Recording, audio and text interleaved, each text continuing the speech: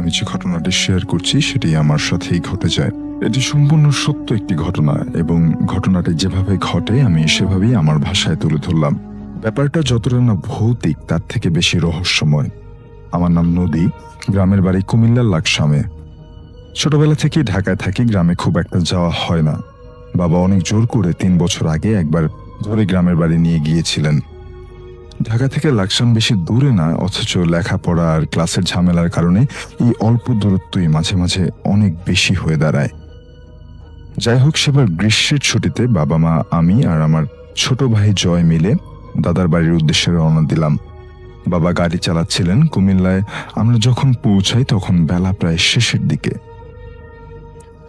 রাস্তায় গাড়ি থামিয়ে আমি আর আম্মু পাশের দোকান থেকে চা বিস্কিট কিনে খেতে লাগলাম, আর বাবা গেলেন নামাজ পড়তে। আমরা গাড়িতে বসে চা খাচ্ছি, এমন সময় এক বুড়ো মতন লোক হঠাৎ কোত্থেকে যেন উদয় হলো। গাড়ির পেছনের সিটে আমরা বসেছিলাম আর সামনের সিটে জয় ঘুমুচ্ছিল। লোকটা এসে দাঁড়িয়ে আমাদের দিকে কিছুক্ষণ তাকিয়ে রইল। চাহনি দেখে মনে হলো কেমন শিউরে উঠল বুকের ভেতরে। শীতল একটা চাহনি, অনেকটা মাছের মতো। আম্মু কিছু বলতে চাচ্ছিল, কিন্তু তার আগেই লোকটি বলল, অনেকদিন পরে গ্রামে আসলি তোরা, অনেকদিন পরে আসলি, সাবধানে থাকবি। সন্ধ্যার পর রাস্তাঘাট একদমই ভালো না, অনেক খারাপ জিনিস ঘুরে, অনেক সাবধান, অনেক সাবধান। আমি আর আম্মু দুজনেই চা খাওয়া বাদ দিয়ে হা করে লোকটার দিকে তাকিয়ে রইলাম। আম্মুর আগে আমি স্বাভাবিক হলাম। ঢাকা থাকার সুবাদে এসব বাটপার লোক আমি অনেক দেখেছি। কড়া গলায় বললাম যে মাফ করেন। লোকটি তাচ্ছিল্যের একটা হাসি দিয়ে বলল, তোদের কাছে কিছু চাইতে আসেনি রে, তোদের সাবধান করতে এসেছি। তবে যাবার পথে পারলে পীরের মাজারে কিছু সিন্নি দিয়ে যাস, তোদের ভালো হবে। এই বলে লোকটা যেমন হঠাৎ করে এসেছিল তেমনি হঠাৎ করে চলে গেল। আম্মু খানিকটা ঘাবড়ে গিয়ে বললেন যে, কি বললো রে লোকটা, কথাবার্তা কেমন কেমন যেন লাগলো। আমি হেসে ব্যাপারটা নর্মাল করার চেষ্টা করলাম। আম্মুকে বললাম বাবা কিছু না বলতে, অনেকদিন পর এসেছি আমরা, বাবা এসব শুনলে চিন্তায় পড়ে যাবে। তো যাই হোক, বাবাকে কিছু জানানো হলো না। আমরা পুনরায় যাত্রা করলাম গন্তব্যের দিকে। বাসা থেকে প্রায় 20 মিনিটের দূরত্বে আবারও থামতে হলো। মাগরিবের নামাজের সময় একদম শেষের দিকে বাবা মসজিদে চলে গেলেন। আমি আর আম্মু গাড়িতে বসে রইলাম। দুপাশে সুন্দর ঢেউ খেলানো ধানের সারি দেখা যাচ্ছে। মাঝে মাঝে দমকা বাতাস উঠছে ক্ষেতের উপর দিয়ে। খুবই সুন্দর একটা পরিবেশ, দেখলেই খুব শান্তি লাগে। এক মনে তাকিয়ে আছে, এমন সময় হঠাৎ সামনে কিছু একটা নড়ে উঠতে দেখলাম। সন্ধ্যা হয়ে এসছে, আলো প্রায় নিভু নিভু। চোখে ভুল দেখলাম নাকি বুঝতে পারলাম না। এবার দৃষ্টি স্থির করে তাকিয়ে রইলাম। এবার স্পষ্ট দেখতে পেলাম সেটা ধানের ক্ষেতের মাঝখানে একটা ছেঁড়া কাপড় চোপড় পরানো কাকতারুয়া দাঁড় করিয়ে রেখেছিল কেউ, আর আমার চোখের সামনে সেটি একটু নড়ে উঠল। শুধু নড়ে উঠল না, মনে হলো কোনো জায়গা পরিবর্তন করলো। হতভম্ব হয়ে গেলাম আমি যে কাকতারুয়া কিভাবে জায়গা পরিবর্তন করতে পারে। মুখ দিয়ে বিস্ময়ের একটা আওয়াজ বেরিয়ে এলো। আম্মু লক্ষ্য করলো ব্যাপারটা, আমাকে ধাক্কা দিয়ে বললো, কিরে কি হয়েছে? আমি বললাম, ওইখানে একটা কাকতারুয়া দেখতে পাচ্ছ? আম্মু চশমা লাগিয়ে বললো, দেখতে পাচ্ছি। তো কি হয়েছে? আমি খানিকটা দ্বিধামাখা কণ্ঠে বললাম যে এই কাকতারুয়াটা খানিক আগে নড়েছে, হেঁটেছে এবং হেঁটে অন্য জায়গায় গিয়েছে। আম্মু খানিকক্ষণ আমার দিকে তাকিয়ে রইলেন, তারপর বললেন, তোকে এতবার নিষেধ করেছি আমার সাথে ফাজলামো করবি না, তারপরেও ঠিক হলি না। আমি কিছুতেই আম্মুকে বোঝাতে পারলাম না ঘটনাটা। বাবা আসার পর আবার পুনরায় বাড়ির দিকে আমরা রওনা দিলাম। বাড়ি থেকে খানিক সামনে একটা বড় পুকুরের মতো পড়ে। বাবার কাছ থেকে শুনেছিলাম পুকুরটা নাকি আমাদের বড় দাদা, অর্থাৎ আমার বাবার দাদা কাটিয়েছিলেন। বিশাল গভীর একটা পুকুর। সামনে অনেকগুলো নারকেল গাছ রয়েছে, পাকা রাস্তা, মানুষ গাড়ি ঘোড়া কিছুই নেই। তাই বাবা মোটামুটি স্পিডে গাড়ি চালাচ্ছিলেন। সামনের সিটে জয় ঘুম থেকে উঠে বসে আছে এবং গভীর মনোযোগে সে সামনের দিকে তাকিয়ে আছে। হঠাৎ বাবা আটকে উঠলেন, ঠিক সাথে সাথে জয়ও একটা জোরে চিৎকার দিল। কিছু বোঝার আগেই আমাদের গাড়িটি গিয়ে বাড়ি খেলো রাস্তার পাশের একটা নারকেল গাছের সাথে। জয় জোরে জোরে চিৎকার করছে। বাবা সাথে সাথে গাড়ির ভেতরে লাইট জ্বালিয়ে দিলেন দেখার জন্য যে ভেতরে আমরা সবাই ঠিক আছি কিনা। আম্মুকে দেখে বুঝতে পারলাম যে আম্মু অসম্ভব ভয় পেয়েছে। বাবা দ্রুত গাড়ি থেকে নেমে গেলেন, বাইরে গিয়ে রাস্তার পাশে দাঁড়িয়ে কাউকে যেন খুঁজতে লাগলেন। আমি গাড়িতে থাকবো না নামবো বুঝতে পারছিলাম না। অবশেষে নামার সিদ্ধান্ত নিলাম। বাবার পাশে চলে গেলাম, গিয়ে জিজ্ঞেস করলাম, কি হয়েছে বাবা? গাড়ির ব্রেকে কোনো সমস্যা? বাবা আমার দিকে তাকে খানিকটা বিভ্রান্তর মতো বললেন যে, না রে মা, মনে হলো গাড়ির সামনে দিয়ে একটা মানুষ দৌড় মারলো। স্পষ্ট দেখলাম গায়ে একটা ছেঁড়া কাপড় পরা। লোকটার গায়ে ধাক্কা দেব না বলে গাড়িটা নাক ঘুরিয়ে দিয়েছিলাম, কিন্তু শেষ রক্ষা হয়নি। লোকটা মনে হয় বাড়ি খেয়েছে গাড়ির সাথে। আমি, বাবা, আম্মু সবাই মিলে খুঁজলাম গাড়ির আশেপাশে। শেষে বাবা বলল যে বাড়িতে যাওয়া যাক, সেখান থেকে লোক এনে সবাই একসাথে খুঁজবো। সবাই একমত হলাম। বাসায় গিয়ে পৌঁছে যা শুনলাম তাতে আক্কেল গুরুম হয়ে গেল। পুকুরে পারে নাকি আজকাল অনেকেই এমন ঘটনার সম্মুখীন হয়। অনেকে নাকি ছেঁড়া কাপড় চোপড় পরা একটা মানুষের আকৃতির মূর্তিকে দেখতে পায়, কিন্তু গাড়ি, রিক্সা বা মোটরসাইকেল থেকে নামার পর আর কাউকেই দেখতে পাওয়া যায় না, খুঁজে পাওয়া যায় না। যদিও কেউ এখন পর্যন্ত ক্ষতির সম্মুখীন হয়নি, তবে রাতে রাস্তাঘাটে মানুষ চলাচল এখন অনেক কমে গেছে। প্রিয় লিসেনার্স, এখন যে ঘটনাটি আমি আপনাদেরকে বলতে যাচ্ছি, এই ঘটনাটি আমাদেরকে পাঠিয়েছেন সম্রাট জাহাঙ্গীর ভাই। এই ঘটনাটির মূল স্থান হচ্ছে চাঁদপুর জেলার বিষ্ণুপুর ইউনিয়নের ধনপদ্দি গ্রামে। আর এখানে একটি বিষয়, সেটি হচ্ছে যে লেখাপড়ার সুবাদে ওনার শৈশব কেটেছিলেন ওনার নানা বাড়িতে। আর ওনার প্রাইমারি স্কুল জীবন সেখানেই তিনি অতিবাহিত করেছিলেন। এই কারণে বলা যায় যে ওনার শৈশব জীবন ওনার নানার বাড়িতেই কেটেছিলেন। তবে পরবর্তীতে প্রাইমারি স্কুল জীবন শেষ করে যখন তিনি হাই স্কুলে পদার্পণ করেন, তখন তিনি ওনার নিজ বাড়ি থেকেই স্কুল জীবন অতিবাহিত করেছিলেন। আর ওনার নানার বাড়ি এবং ওনাদের বাড়ি পাশাপাশি গ্রামে, একই ইউনিয়নের দুটি গ্রাম। ওনাদের গ্রামের নাম বিষ্ণুপুর, আর ওনার নানাদের গ্রামের নাম হচ্ছে ধনপদ্দি। তো দুটি গ্রামের নাম উল্লেখ করার কারণ হচ্ছে যে ঘটনার সূত্রপাত ওনার নানার বাড়িতে হলেও বেশ কিছু ঘটনা আবার ওনার নিজের বাড়িতে ঘটেছিল। যাই হোক, আমরা মূল ঘটনায় চলে যাই। ঘটনার সময়টি ছিল 2007 সালের এপ্রিল মাসের 2 তারিখ, যা বাংলা চৈত্র মাসের 18 তারিখ, 18ই চৈত্র, পূর্ণিমার রাতে। এখানে একটি বিষয় বলে রাখি, সেটি হচ্ছে যে ওনার নানা ছিলেন একজন কৃষক, আর তার মোটামুটি অনেক জমি ছিল। ওনার নানা মামা নিজেদের জমিতেই চাষাবাদ করতেন এবং বিভিন্ন মৌসুমে বিভিন্ন ফসল ফলাতেন। আর আমরা মোটামুটি সবাই জানি যে গ্রামে চৈত্র মাসে গম পেকে যায়, পরিপক্ক হয়। তাই কৃষকরা কিন্তু তা সংগ্রহ করতে খুব ব্যস্ত থাকে। আর ঠিক তখন ওনার নানাদের জমিতেও বেশ কিছু ভালো গমের ফলন হয়েছিল। তাই ওনার নানা এবং মামা এবং সাথে আরো কয়েকজন কামলাজা বা দিন মজুর আমরা বলি আর কি, এনারা মিলে ফসল কাটেন এবং সেই কাটা ফসল বড় বড় আটি বেঁধে, গমের আটি বেঁধে আবার বাড়িতে নিয়ে আসতে থাকেন। তো উনি যেহেতু নানার বাড়ি থেকেই লেখাপড়া করতেন, আর স্কুল শেষে উনি যখন ফিরছিলেন তখন দেখলেন যে বেশ সবাই মিলে ধানের আটিগুলো মাথায় নিয়ে চলে যাচ্ছে। ওই সময় ওনার বয়স ছিল 9 বছর। তো ওই দিন উনি আবার দুপুরবেলা স্কুল থেকে ফিরেছিলেন, টিফিন পিরিয়ডে উনি ফিরেছিলেন আর কি। দুপুরবেলা তিনি যখন স্কুল থেকে ফিরছিলেন তখন তিনি জমিতে গিয়েছিলেন। তো জমিতে গিয়ে দেখেন যে ওনার নানা এবং সাথে অন্য আরো কয়েকজন গম নিয়ে বাড়ি ফিরছেন। উনিও বায়না ধরতে লাগেন যে নানা, আমার মাথায়ও গমের আটি তুলে দাও। কিন্তু নানা কিন্তু দিচ্ছিলেন না। তার কারণ হচ্ছে উনি ছোট মানুষ। তো এই কারণে উনি বলছিলেন, ভাই তুমি ছোট মানুষ, তুমি এটা পারবা না নিতে।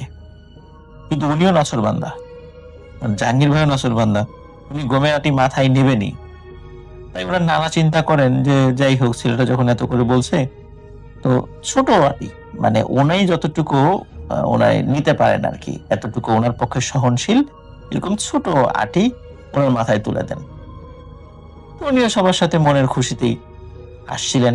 প্রথমে ওনার নানা, তারপর ওনার মামা এবং তার পেছনে আরো বেশ কয়েকজন দিনমজুর আছেন। উনি ওনার মামার পেছনে ছিলেন। সবাই মিলে আবার গমের আটি রেখে আবার খেতে চলে যেতেন।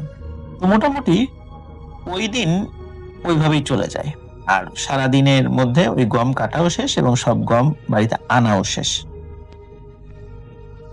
তাই যখন সন্ধ্যা হলো এবং আজান হলো, মানে মাগরিবের আজান, ওই দিন যেহেতু সবাই খুব পরিশ্রম করেছিলেন, ওনার নানা সেদিন প্রচন্ড ক্লান্ত ছিলেন, তাই মাগরিবের নামাজ মসজিদে গিয়ে জামাতের সাথে আর পড়তে চাননি, তিনি ঘরেই নামাজ আদায় করে নিলেন।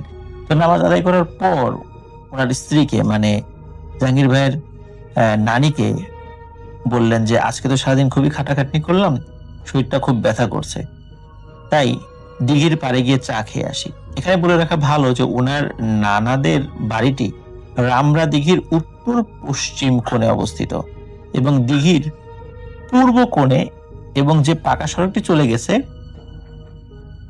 তো যে এটা দক্ষিণ পাড়া আর কি, সেখানে এলাকায় একটি প্রাইমারি স্কুল অবস্থিত। সেই জায়গাটাতেই মোটামুটি বেশ কিছু দোকানপাট রয়েছে এবং মানে এই জায়গাটাতেই মোটামুটি অনেক লোকের সন্ধ্যার পরে বা দিনের বেলা তো মোটামুটি আস্তানা বা আড্ডা বসে আর কি। এই জায়গাটি দিঘির পাড় নামে পরিচিত। তো যাই হোক, ওনার নানা যখন বললেন যে চা খেতে যাবে, তখন ওই জাহাঙ্গীর ভাইও বায়না ধরেন যে উনিও চা খেতে যাবেন, কারণ কষ্ট তো উনিও করেছেন, উনিও তো আটি এনেছেন মাথায় করে। তো যেহেতু নানা চা খেতে যাবেন, উনি আর বাকি থাকবেন কেন? উনি চিন্তা করছেন নানার সাথে চা খেতে যাই।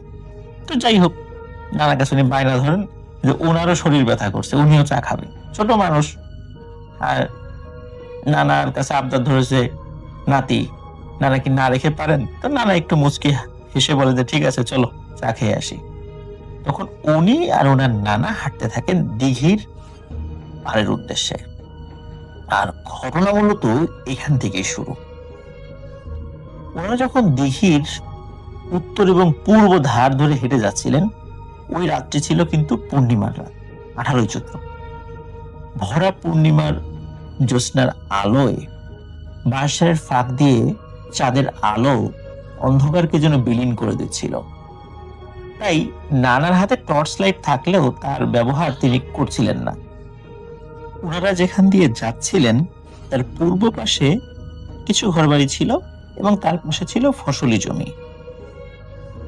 যখন ওনারা ঘর বাড়ি পেরিয়ে প্রায় ওই যে প্রাইমারি স্কুলের কথা বলেছিল, ওই স্কুলের কাছে চলে গিয়েছেন, কাছে চলে এসেছিলেন, তখন এই জাহাঙ্গীর ভাই উনি পূর্ণিমার জ্যোৎস্নার আলোতে দেখতে পান যে পূর্ব দিক থেকে গম ক্ষেতের আইল ধরে সাদা ঘোমটার মতো দেয়া মাথার উপরে কুঁজো হয়ে একজন মানুষ ওনাদের দিকে এগিয়ে আসছেন।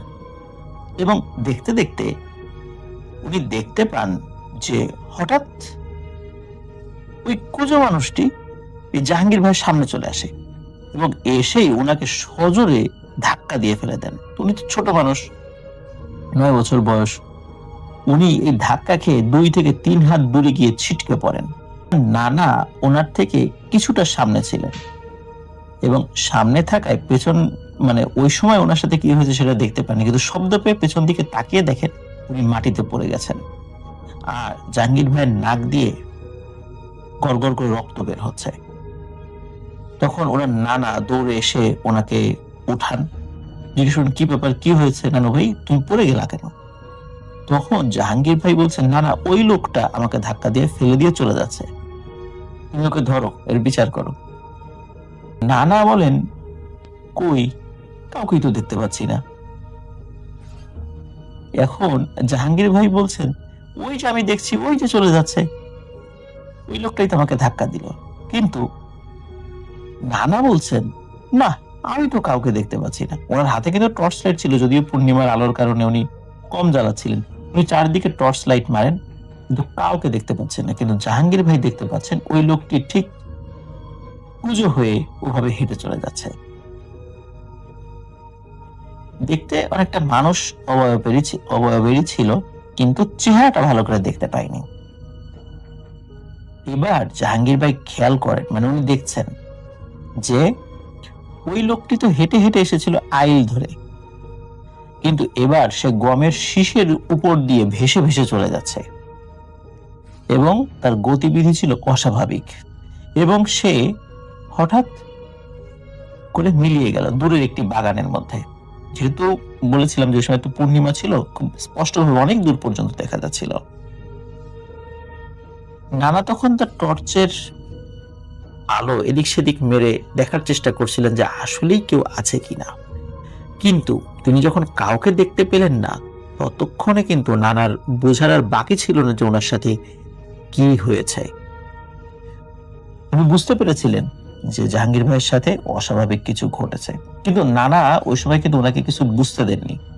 ওনাকে সান্ত্বনা দিতে থাকেন যাতে করে উনি ভয় না পান, এবং বলতে লাগলেন, আরে ও কিছু না, তুমি ভুল দেখেছ, এমনি পা পিছলে পড়ে গেছো, মনে হচ্ছে কেউ ধাক্কা দিয়েছে। এই বলে ওনাকে ওনার নানা দোকানের কাছে নিয়ে যান, এবং দোকানের কিছু মানুষ যারা ছিলেন তারা এই বিষয়গুলো শুনলেন। শোনার পরে ওনাকে একটু পানি খাইয়ে দিলেন, ওনার নাক টাক মুছে দিল কয়েকজন মিলে। তারপর আরো কয়েকজন লোক সহকারে ওনাদেরকে বাড়িতে পৌঁছে দেওয়ার জন্য সবাই যাত্রা শুরু করলো ওখান থেকে। কিন্তু যখন তারা ওনাদেরকে নিয়ে বাড়ি আসছিলেন, তাদের মধ্যে কয়েকজন বলা বলি করছিল, যেটা জাহাঙ্গীর ভাই শুনতে পাচ্ছিলেন, যে ওরা নানাকে বলছিলেন, ওনার নানার নাম আবার নুরুল আমিন, সবাই তাকে নুরু বলে ডাক। তো একজন বলছে, নুরু ভাই, আজকে যে চৈত্রের পূর্ণিমা, এটা কি আপনি ভুলে গেছেন নাকি? এই দিন এই দিঘির আশেপাশে কিন্তু জিনদের মেলা বসে, আর আপনি ওই দিঘির পূর্ব দিক দিয়ে কেন আসলেন? আপনি তো মসজিদের পাশ দিয়েও আসতে পারতেন এখানে। আপনার নাতিটা ছোট, আল্লাহ ওকে বাঁচিয়ে দিয়েছেন, বড় কোনো ক্ষতি হয়নি। উনি কিন্তু তখন জাহাঙ্গীর ভাই তখন কিন্তু এই সমস্ত কথার মানে খুব একটা বুঝতে পারছিলেন না, অনেক পরে বুঝেছিলেন যদিও, কারণ তিনি ছোট ছিলেন। তো উনি ভেবেছিলেন সত্যি মনে হয় কোনো মানুষ ওনাকে ধাক্কা দিয়ে ফেলে চলে গেছে, আর ছোট মানুষ, উনি ব্যথা পেয়েছিলেন, উনি কান্নাকাটি করছিলেন ওপরে। যাই হোক, বাড়িতে আসার পর ওনার নানি, ওনার বড় এবং পরিবারের অন্য সদস্যরা যখন বিষয়টি জানতে পারলো, তখন সবাই খুব চিন্তিত হয়ে পড়েন এবং ওনাকে অভয় দেন। আর ওনার নানি আর কি ওনাকে সেদিন দায়ের আগায় লবণ খাইয়ে দিয়েছিলেন, এতে নাকি ভয় কেটে যায়, এটা মানুষের একটা বিশ্বাস আর কি। সেদিন রাতে যখন উনি খাবার দাবার খেয়ে ওনার নানা নানুর সাথে ঘুমিয়ে পড়ে, তখন ঘুমের মধ্যে একটি স্বপ্ন দেখেন। স্বপ্নে উনি দেখতে পান ঠিক ওই রকম সাদা কাপড় পরিহিত, মাথায় ঘোমটা দেওয়া, দেখতে অনেকটা হুজুরদের মতো আর কি, হুজুররা সাধারণত যে ড্রেস গুলো পরেন ঠিক তেমন, ওনার নানুদের ঘরের দিকে এগিয়ে আসছে। এবং একটা সময় দেখেন যে নানুদের উঠোনে এসে তারা দাঁড়িয়ে যায়, এবং তাদের মধ্য থেকে সেই কুঁজো লোকটা দরজার দিকে এগিয়ে এসে দরজা খুলে জাহাঙ্গীর ভাইয়ের পাশে এসে দাঁড়িয়ে যান। এবং যখনই ওনাকে ধরতে যাবেন, তখন ভয়ে উনি ঘুমের মধ্যে চিৎকার দিয়ে ওঠেন এবং ঘুম থেকে উঠে পড়েন। ওনার চিৎকারে ওনার নানা নানুর কিন্তু ঘুম ভেঙে যায়, এবং তারা বলেন যে কি ব্যাপার নানা ভাই, কি হয়েছে? তখন উনি কি স্বপ্ন দেখেছিলেন সেটি সবিস্তারে উনি ওনার নানা নানুকে খুলে বলেন। তখন তারা ওনাকে আবারও সান্ত্বনা দেন এবং সান্ত্বনা দিয়ে ওনার ঘুম পাড়ানোর চেষ্টা করেন, এবং একসময় উনি ঘুমিয়েও যান। সকালবেলা যখন ঘুম ভাঙে, তখন তিনি দেখেন যে ওনার সমস্ত শরীরে এত ব্যথা হয়েছে, উনি উঠতেই পারছেন না এবং শরীরে প্রচন্ড জ্বর। যেহেতু ওনার নানা বুঝতে পেরেছিলেন যে ওকে অশরীরী বা এরকম জিন টাইপের কিছু একটা ধাক্কা দিয়েছিল, তাই সকালবেলা ওনার নানা ওনাকে একজন ভালো হুজুরের কাছে নিয়ে যান। হুজুর ওনাকে দেখে বলেন যে খুব খারাপ একটা জিনের সামনে পড়েছে সে, আর ওই জিনটি একটি পিশাচ প্রকৃতির জিন, এবং সেই জিন ওই পথ ধরে দিঘিতে যাচ্ছিল মাছ খেতে, আর তার সামনাসামনি পড়ে যাওয়ায় এবং তার চলাচলে বাধাগ্রস্ত হয় ওকে ধাক্কা মেরে ফেলে দিয়েছে। এবং যেহেতু নানার সাথে ছিল, এই কারণে হয়তোবা সে বেশি ক্ষতি করতে পারেনি, এটাই ওই হুজুর বলে আর কি। তবে যেহেতু সে কিছুটা রাগান্বিত হয়েছে, পরবর্তীতে যাতে সে কোনো ক্ষতি করতে না পারে, এই কারণে সেই হুজুর কিছু পানি, তেল এগুলো পরে দেন এবং কিছু ঝাড়ফুঁক করে দেন, এবং কিছু আমল দেন যেগুলা রেগুলার ঝাড়ফুঁক করতে হবে, এবং 40 দিন এই কাজটা করলে আশা করা যায় যে ইনশাল্লাহ পরবর্তীতে আর কোনো সমস্যা হবে না। তারপর এগুলো কয়েকদিন ব্যবহার করার পর এবং অন্যান্য যে পরামর্শ ছিল সেগুলো পালন করার পর আল্লাহর রহমতে কিছুদিনের মধ্যেই উনি সুস্থ হয়ে ওঠেন এবং জ্বরও কমে যায়। এভাবে কেটে যায় কয়েকটি বছর। তবে ঘটনাটি কিন্তু যদি এখানে শেষ হয়ে যেত তাহলে ভালো হতো, কিন্তু ঘটনাটি আরো বেশ কিছু সময় ধরে চলতে থাকে। তারপর থেকে প্রায় অনেকদিন পর পর, মানে রেগুলার না, বেশ অনেকদিন পর পর রাত্রে ঘুমের মধ্যে সেই ঘুমটা পড়া কিছু একটা স্বপ্ন দেখতেন। তিনি দেখতেন যে এই জিনিসটা ওনার বিছানার পাশে এসে দাঁড়িয়ে থাকে এবং চোখ খুলতে দেখতেন যে সেটা কিছুই নেই। তাই উনি দুঃস্বপ্নই মনে করতেন এবং মনের ভুল মনে করতেন। উনি যখন প্রাইমারি স্কুল জীবন শেষ করে নতুন হাই স্কুলে ভর্তি হন, তখন উনি ওনার নিজ বাড়িতে চলে আসেন। এরপরে আর তেমন কোনো ঘটনা না ঘটলেও ঘটনা আবার ঘটতে থাকে 2017 সালে। এর মাঝে মোটামুটি এই বিষয়টি উনি অনেকটা ভুলেই গিয়েছিলেন।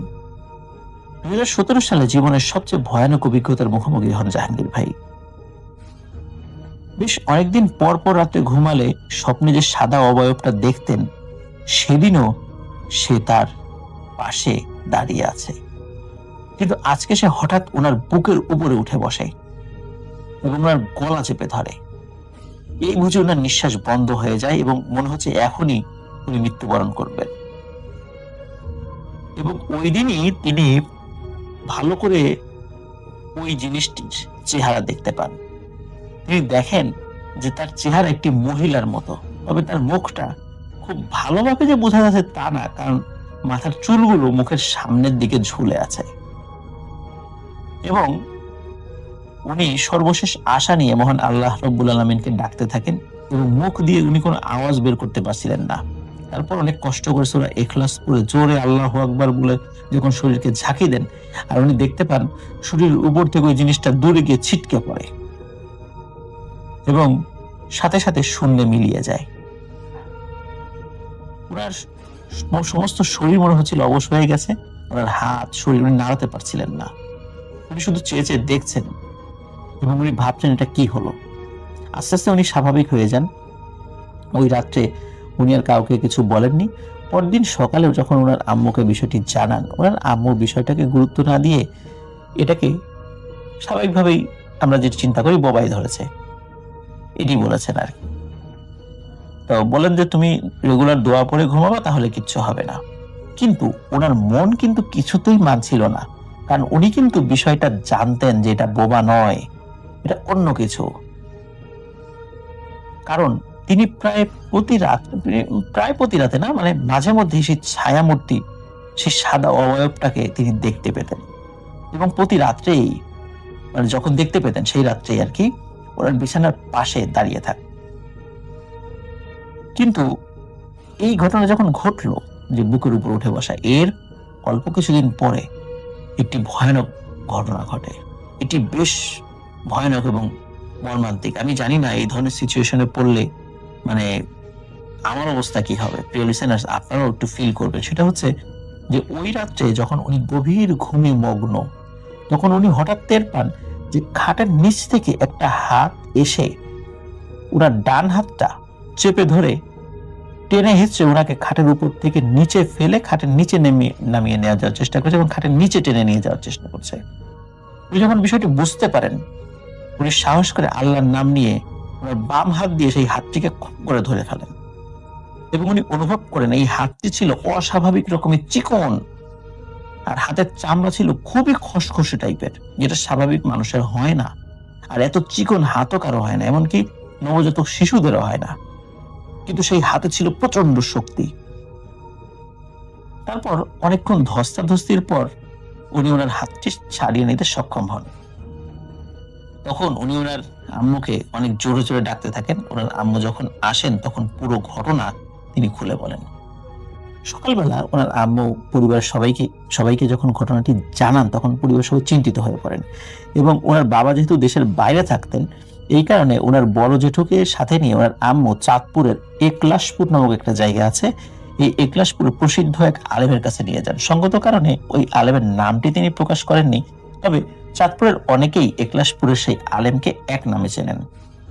যাই হোক, যখন ওনারা সেখানে গিয়ে পৌঁছান, তখন ওই আলেম তার কাছে থাকা জিনদের মাধ্যমে তথ্য উপাত্ত সংগ্রহ করে তিনি বলেন যে আপনারা আসলে ঠিক সময় এসেছেন, ওকে আমার কাছে নিয়ে এসেছেন। আরো দেরি হলে হয়তো বা আরো ক্ষতি হতে পারত। যাই হোক, তিনি বলেন যে আমার সাথে থাকা জিনদের মাধ্যমে আমি ওই জিনের সাথে যোগাযোগ করার চেষ্টা করব। ও যদি ভালোই আমার কথা শোনে তাহলে তো ভালো, আর না হলে ওই জিনকে আমি হত্যা করব, কারণ ও খুবই দুষ্টু প্রকৃতির একটি জিন। তো যাই হোক, আশ্চর্যজনক বিষয় হলো ওই হুজুরের কাছে যাওয়ার পর থেকে আর কখনোই ওনার সাথে আর কোনো ঘটনা এখন পর্যন্ত ঘটেনি। 2017 সালের পর থেকে এখন 2022 সাল, এর মানে আর কোনো ঘটনা ঘটেনি। কিন্তু যেদিন ঘটেছিল, মানে প্রথম যখন ওনার 9 বছর বয়স যখন ছিল আর কি, যখন ঘটেছিল, সেই চৈত্রের পূর্ণিমা রাতে একটি ধাক্কা, এরপরে সেই কুজো মানুষটি গমের শীষের উপর দিয়ে ভেসে যাওয়া, তারপরে প্রতি রাত্রে সেই অবয়বটা তার কাছে আসা, এরপরে দীর্ঘ বিরতি দিয়ে ওই অবয়বটি ঘরের মধ্যে আসা, পাশে দাঁড়িয়ে থাকা, এরপর বুকের উপর চেপে বসা, সর্বশেষ একটি চিকন হাত হঠাৎ করে তার বা হাত চেপে ধরে খাটের নিচে টেনে হিঁচড়ে নিয়ে যাওয়ার চেষ্টা করা, খসখসে হাত। এই পুরো বিষয়টা উনি যখন চিন্তা করেন, উনি এখনো ভয়ে কেঁপে ওঠেন। উনি এখনো বুঝতে পারেন না যে 10 বছরের ব্যবধানে পরবর্তীতে হঠাৎ কেন আবার তার উপর আক্রমণ করলো। কারণ শুরুর পরে কিন্তু আবার দীর্ঘ সময় পার হয়ে গিয়েছিল মাঝখানে, তো 10 বছর মাঝখানে কিন্তু গ্যাপ হয়ে গেছিল যে সশরীরে আক্রমণের বিষয়টি, কিন্তু পরে কেন আবার আক্রমণ করলো, কেন আবার ফিরে আসলো। যাই হোক, ওই হুজুর হয়তোবা তার সাথে থাকা জিনদের মাধ্যমে ওই দুষ্টু জিনকে কোনোভাবে শায়েস্তা করতে বা বোঝাতে সক্ষম হয়েছিলেন, যার কারণে সে আর এসে ডিস্টার্ব করছেন। আসসালামু আলাইকুম রাসেল ভাই, আশা করছি আপনি ভালো আছেন, কারণ আমি জানি আপনি সবসময় ভালো তলেই থাকেন। তো রাসেল ভাই, আমি শাকিল আহমেদ লালমনিরহাট জেলা থেকে আপনাকে ঘটনা পাঠাচ্ছি। আর আজকে আমি যেই ঘটনাটি আপনার সঙ্গে শেয়ার করছি, এই ঘটনাটা আমাদের গ্রামের বহু মানুষের জীবনের সঙ্গে জড়িত। এই ঘটনাটার অনেক সাক্ষী আজও বেঁচে আছেন, তবে আশ্চর্যজনক বিষয় হলো তারা কেউ এই বিষয়টা নিয়ে কোনো রকমই কথা বলতে চান না। যদি ঘটনাটা শেষ পর্যন্ত শোনেন তাহলে হয়তো বুঝতে পারবেন যে কেন আজকে তারা কথা বলতে চায় না এই বিষয়টা নিয়ে। যাই হোক, সরাসরি চলে যাচ্ছি ঘটনায়। আর ঘটনাটি আজকে থেকে প্রায় 22 বছর আগের একটি ঘটনা। আমাদের গ্রামের উত্তর পাশে একটি পুরনো কাঁচা রাস্তা ছিল, যেটা এখন আর নেই। তার পাশে ধান ক্ষেত, তারপরেই বিশাল পাট ক্ষেত, আর তারপরেই রয়েছে একটা পুকুর। রাস্তা ধরে প্রায় আধা কিলোমিটার সামনের দিকে এগোলে একটা পুরনো শতবর্ষী বটগাছ আছে। এই বটগাছটাকে নিয়ে বিভিন্ন রকমের ঘটনা আছে, সেই ঘটনাগুলো আমি অন্য কোনো দিন পাঠাবো। কিন্তু আজকে যেই ঘটনাটি আমি আপনাকে পাঠাচ্ছি সেটা হচ্ছে, সেই বটগাছটার সামনে একদমই মূর্তির মতো দাঁড়িয়ে ছিল একটা কাকতাড়ুয়া।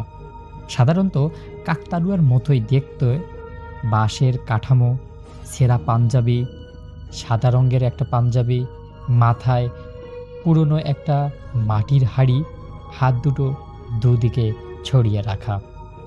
দিনের বেলাতে এটাকে দেখে কেউ গুরুত্ব দিত না, আর ঠিক যেমনটা এটাকে গুরুত্ব দিত না, ঠিক তেমনটাই এটাকে আসলে কে লাগিয়েছে বা কে এটাকে বানিয়েছে আর কিসের জন্য বানিয়েছে সেটাও কারো মাথার ব্যথার কারণ ছিল না। কিন্তু সমস্যা শুরু হয় বর্ষার একদমই শেষের দিকে।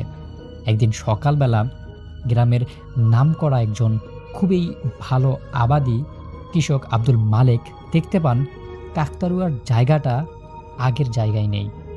কাকতাড়ুয়া যেই জায়গাটায় ছিল, যেখানে দাঁড়িয়ে ছিল, সেখানে কাকতাড়ুয়াটা নেই। কাকতাড়ুয়াটা প্রায় 50 গজ একটু দূরে গিয়ে দাঁড়িয়ে আছে। তিনি বিষয়টা দেখে প্রথমে একটু আশ্চর্য হলেন, কিন্তু পরবর্তীতে ভাবলেন হয়তো বাতাসে পড়ে গিয়েছিল, কেউ হয়তো এটাকে তুলে আবার অন্য জায়গায় বসিয়ে দিয়েছে। আর গ্রামের মানুষরা এই কাকতাড়ুয়াটাকে দেখে বেশ খানিকটা আনন্দও পেত। ছোট ছোট বাচ্চা কাচ্চারা এই কাকতাড়ুয়াটাকে বিভিন্ন রকম নামে ডাকত। কেউ বলতো পুটু, কেউ বলতো নয়ন, কেউ বলতো রাতের মাঝি। তো এই কাকতাড়ুয়াটা বিভিন্ন রকমের নামে ডাকা হতো। যাই হোক, কৃষক আব্দুল মালেক এই বিষয়টা একদমই এড়িয়ে যান এবং তিনি তার মতো তার কাজ করে বাসায় ফিরে যান। সমস্যাটা ঘটে তারপরে পরদিন আবার দেখা গেল কাকতাড়ুয়াটা সেই জায়গা থেকে আরও একটু দূরে গিয়ে আছে। বিষয়টা একটু আশ্চর্য হলো, কিন্তু তারপরও কেউ গুরুত্ব দিল না। তৃতীয় দিন দেখা গেল কাকতাড়ুয়াটার জায়গাটা আবারও অন্য জায়গায় চলে গেছে।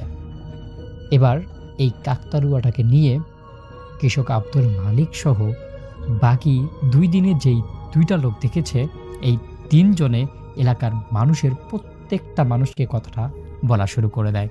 আর দিনে দিনে মানুষের মধ্যে এই আলোচনাটা শুরু হয় যে আসলে কাকতাড়ুয়াটাকে লড়াচ্ছে কে, বা কাকতাড়ুয়াটা প্রতিদিন জায়গা চেঞ্জ করতেছে কেমনে।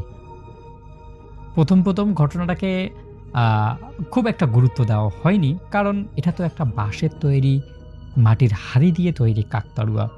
কিন্তু এরপর থেকে কিছু অদ্ভুত রকমের ঘটনা ঘটতে থাকে সেই গ্রামে।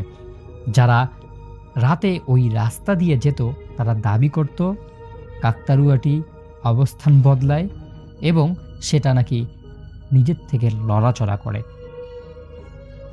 বিষয়টা সবার কাছে দৃষ্টিগোচর হয়। অনেকেই বলে রাত্রের বেলায় এই কাকতাড়ুয়াটা রাস্তার ডান পাশে থাকে, আবার অনেকেই বলে কাকতাড়ুয়াটা রাস্তার বাম পাশে থাকে, আবার কখনো কখনো নাকি বটগাছের নিচেও চলে যায়, আবার কখনো কখনো দেখা যায় রাস্তার মাঝখানে নাকি দাঁড়িয়ে আছে। বিভিন্ন রকমের ঘটনা, বিভিন্ন রকমের অভিযোগ ওঠে এই কাকতাড়ুয়াটার ওপর। কিন্তু এক রাতে গ্রামের একজন মুদি দোকানদার, যার নাম জাহাঙ্গীর আলম, তিনি দোকান বন্ধ করে বাড়ি ফিরছিলেন। তখন রাত প্রায় 12টা ছুঁই ছুঁই। তার হাতে ছিল একটা টস, সাইকেল এবং পান খেয়ে পান চাবাতে চাবাতে চলছে বাড়ির দিকে। ওই কাকতাড়ুয়ার পথ দিয়েই সে বাড়ি যাচ্ছে। রাস্তার মাঝখানে আলো ফেলতেই সে দেখে কাকতাড়ুয়াটা রাস্তার ঠিক মাঝখানে দাঁড়িয়ে আছে। মনে হচ্ছে কাকতাড়ুয়াটা যেন জাহাঙ্গীরের পথ আটকে দাঁড়িয়ে আছে। মুদি দোকানদার জাহাঙ্গীর খুব বেশি ভয় পেয়ে যায়। ভয় পাওয়ার পরে নিজেকে প্রশ্ন করে, কিরে, আমি একটা কাকতাড়ুয়া দেখে ভয় পাচ্ছি। কিন্তু উনি নিজেকে প্রশ্ন করেন, কাকতাড়ুয়াটা মাঝখানে রাখলো কে? সে একটু বিরক্ত হয় এবং কাছে যায়। কাছে গিয়ে বলে যে মানে তার মুড ভালো ছিল আর কি, সেদিন বাজারে ভালো বেচা কিনা হয়েছে। তো সে ভাবলো যে কাকতাড়ুয়াটা এরকম করতেছে, কেউ মনে হয় আমার সঙ্গে এই কাকতাড়ুয়াটা দিয়ে দুষ্টুমি করছে। তো সে মানে মনের সুখে গান গাইছে এবং কাকতাড়ুয়াটাকে মনে মনে ভাবছে যে কাকতাড়ুয়াটাকে পাশে দিয়ে উনি চলে যাবেন। কিন্তু কয়েক কদম আগতেই তার বুকের ভেতরটা একদমই ঠান্ডা হয়ে যায়, কারণ তিনি দেখতে পারে কাকতাড়ুয়ার মাথাটা তার দিকে ঘুরিয়ে, মানে মনে হচ্ছে যেন মাথাটা ঘুরে ওই মুদি দোকানদার জাহাঙ্গীরের দিকে তাকিয়ে আছে, একদম জাহাঙ্গীরের দিকে। আমি ঘটনাটা যার কাছ থেকে শুনেছিলাম তিনি বলছে, মানে জাহাঙ্গীর শপথ করে বলছিল সে স্পষ্ট হাড়ির উপর আঁকাবাঁকা চোখগুলো একদম চকচকে আলোয় ঝলঝল করছে এরকম একটা দেখেছে। এটা দেখার পর তার এত বেশি ভয় পায় যে উনি ধপ করে পাশের যে ধান ক্ষেত ছিল সেই ধান ক্ষেতের মধ্যে পড়ে যায় এবং সেই দিক দিয়ে দৌড় দিয়ে বাড়ি চলে আসে। পরদিন তার এই ঘটনা পুরো এলাকায় জানাজানি হয় এবং সবাই তার এই বিষয়টা দেখে নিয়ে বেশ হাসাহাসি শুরু করে দেয়। কিন্তু এরপর দেখা যায় টানা 3 দিন পর্যন্ত সেই মুদি দোকানদার জাহাঙ্গীর অসুস্থ অবস্থায় থাকে। সে বারবার একটা কথাই বলতে থাকে, ওটা মানুষ না, ওটা মানুষ না, ওটা কাকতাড়ুয়া না, ওটা অন্য কিছু বা ওটা খারাপ কিছু। এগুলো বলতে তখন গ্রামে যারা মুরব্বী ছিল তারা বিষয়টাকে আমলে নিলেও পরে সেটা তারা ভুলে যায়। এর ১ সপ্তাহ পর মুদি দোকানদার জাহাঙ্গীর একদমই সুস্থ হয়ে যায়, আর কোনোদিনও সে রাতের বেলায় সেই রাস্তা ব্যবহার করেনি। কিন্তু এরপর ঘটে আরও একটা ভয়ানক ঘটনা, যেই ঘটনাটা আমাদের এলাকার সবথেকে আতঙ্কর একটা ঘটনা ঘটে যায়। দেখা যায় গ্রামের একজন স্কুল ছাত্র যার নাম রনি, সে একদিন কোচিং শেষ করে সন্ধ্যার পরপরে বাড়ি ফিরছিল। সে বাড়ি ফিরে অস্বাভাবিকভাবে চুপ হয়ে যায়। সে মানে এমন একটা গম্ভীর হয়ে যায় যেন মনে হচ্ছে তার সঙ্গে কিছু একটা হয়েছে। এরপর তার মা তাকে জিজ্ঞাসা করে, কিরে বাবা, কি হয়েছে? কিছু হয়েছে নাকি? উত্তরে সে বলে সে রাস্তার কাকতাড়ুয়াটাকে দেখেছে। তো এটা শুনে তার মা বলে, এটা আবার নতুন কি? সে কাকতাড়ুয়াটাকে তো সবাই বলে, এটা তো নতুন কিছু ছিল না। কিন্তু তারপর রনি বলে, কিন্তু সে কথা বলে। তখন মানে ওই রনির মা একটু অবাক হয়ে যায়। তখন সে বলে যে, কি দেখেছিস তুই, ভালো করে বলতো। পরে সে বলে সে নাকি দেখেছে কাকতাড়ুয়ার নিচে একটা বৃদ্ধ লোক দাঁড়িয়েছিল। বৃদ্ধ লোকটি তাকে বলছে, আজকে চলে যা, কালকে আবার আসিস। সবাই এটাকে শিশুর কল্পনা ভেবেছিল। সবাই ভাবছিল যে হয়তো রনি মানে তার কল্পনার মধ্যে এরকম কিছু একটা ভেবেছে বা এরকম কিছু একটা তার মাথার মধ্যে ঘুরছে। সবাই বিষয়টাকে একদমই হেসে খেলে পার করে দেয়। কিন্তু তার পরের দিনেই রনি নিখোঁজ হয়ে যায়। সকালে স্কুল যায় কিন্তু বিকেলবেলা আর বাড়ি ফিরেনি। পুরো গ্রামের মধ্যে হইচই পড়ে যায়। পুরো গ্রামের মানুষ খোঁজাখুঁজি শুরু করে। ১ দিন, ২ দিন, ৩ দিনও তাকে খুঁজে পাওয়া যায়নি।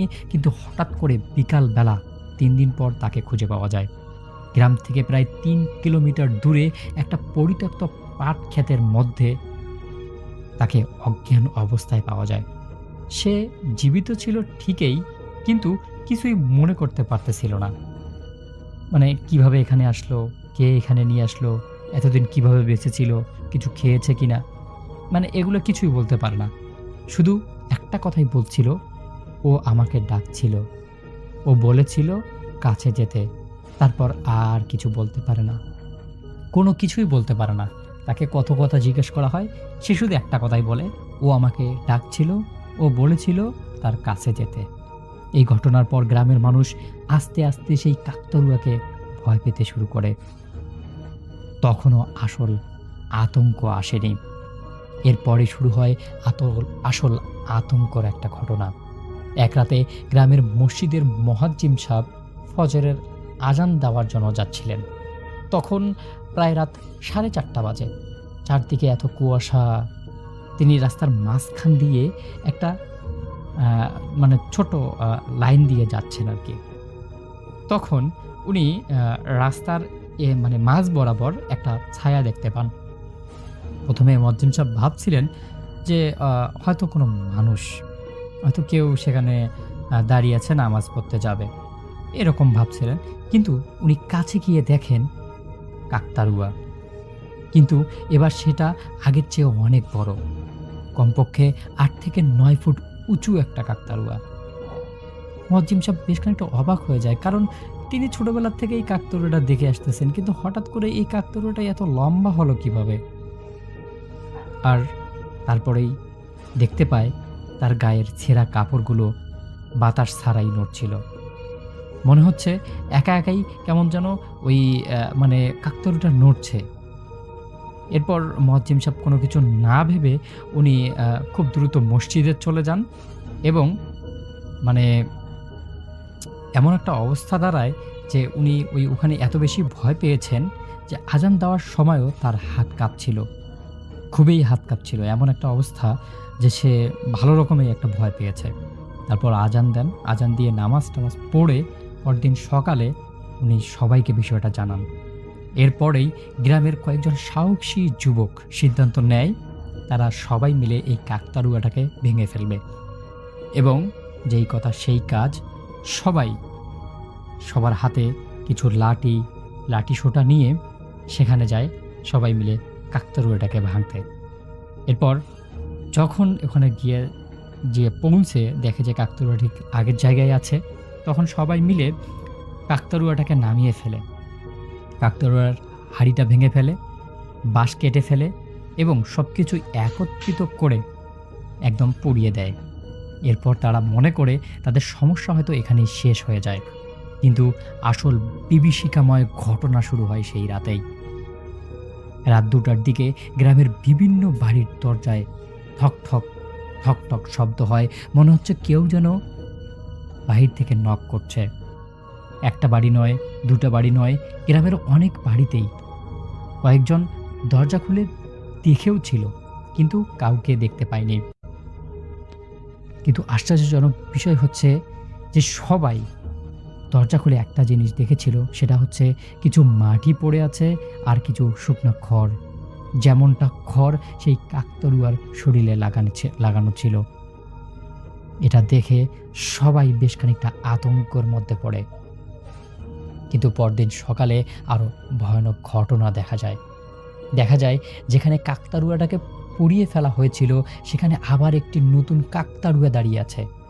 কেউ বানায়নি, কেউ বসায়নি, কেউ কোনো কিছুই করেনি, তবুও হঠাৎ করেই একটা কাকতাড়ুয়া দাঁড়িয়ে যায়। আগের চেয়েও আরও ভয়ানক।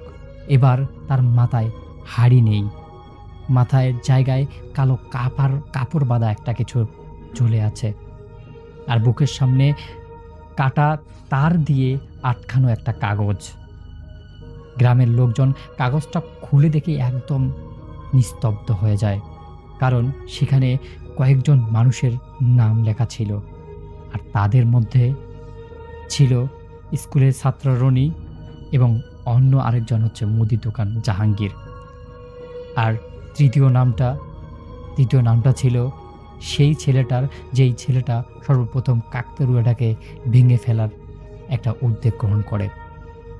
এরপর থেকে ঘটনাগুলো আরও অস্বাভাবিক হতে থাকে। তালিকার 3 জনেই একে একে অদ্ভুত কিছু দুর্ঘটনার শিকার হয়।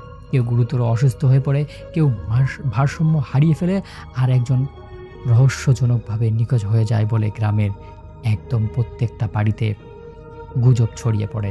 শেষ পর্যন্ত গ্রামের বয়স্করা মিলে ওই রাস্তার পাশে কোরআনখানি, দোয়া এবং বিভিন্ন রকমের ধর্মীয় আয়োজন করেন। এরপর থেকে ধীরে ধীরে ঘটনাগুলো বদ্ধ হতে যেতে শুরু করে। কিন্তু সেই কাকতাড়ুয়াটার কি হলো? সেটা কি আর কখনো দেখা যায়নি? সেটা কি আর আসেনি? বা এই কাকতাড়ুয়াটা কিভাবে আসলো? অনেক প্রশ্ন এখনও থেকে যাচ্ছে। তবে গ্রামের মানুষ আজও বলে, শীতের ঘন কুয়াশার রাতে যদি কেউ ওই পুরনো রাস্তা দিয়ে একা হেঁটে যান, কারো যদি কপাল খারাপ থাকে, তাহলে কখনো কখনো রাস্তার পাশে একটা লম্বা ছায়া দাঁড়িয়ে থাকতে দেখতে দেখা যায়। মাথায় হাড়ি বাঁধা, 2 হাত 2 দিকে ছড়ানো, স্থির, নিঃশব্দ, আর যদি ভুল করে কেউ তার দিকে বেশিক্ষণ তাকিয়ে থাকে, তাহলে মনে হয় কাকতাড়ুয়ার মাথাটা ধীরে ধীরে তার দিকে ঘুরছে এবং বলছে, তুমি কি আমাকে দেখতে আসছো? রাসেল ভাই, এটাই ছিল ঘটনাটা আসলে আমি আমার নানুর মুখ থেকে শুনেছিলাম অনেকদিন আগের একটি ঘটনা। যদি ঘটনাটা ভালো লাগে তাহলে শেয়ার করবেন।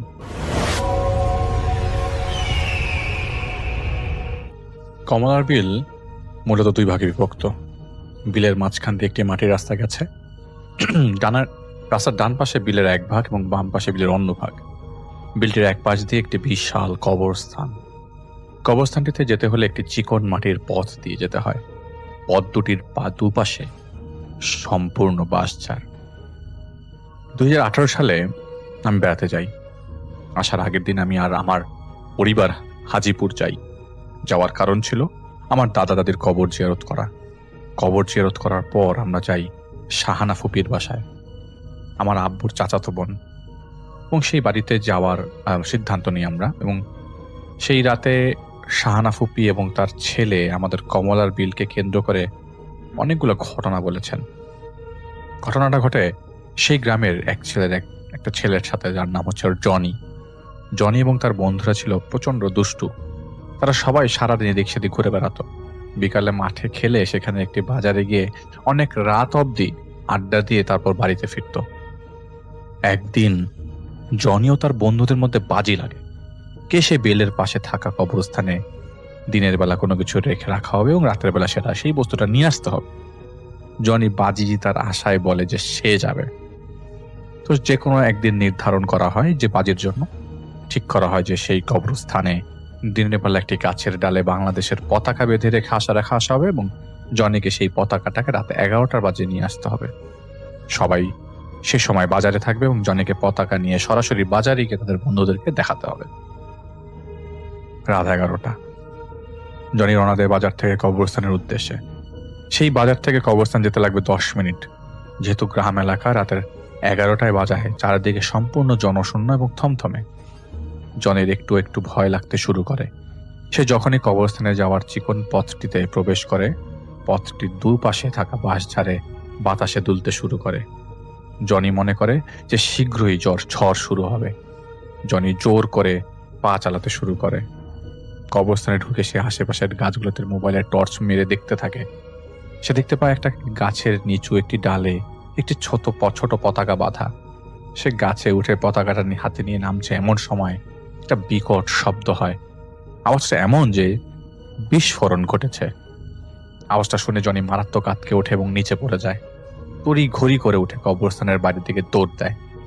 কবরস্থানের বাইরে পা দিলে তার মনে পড়ে যে সে যখন গাছ থেকে নিচে পড়ে যায় ঠিক তখনই পতাকাটি তার হাত থেকে ছুটে যায় এবং সেখানেই রয়ে যায়।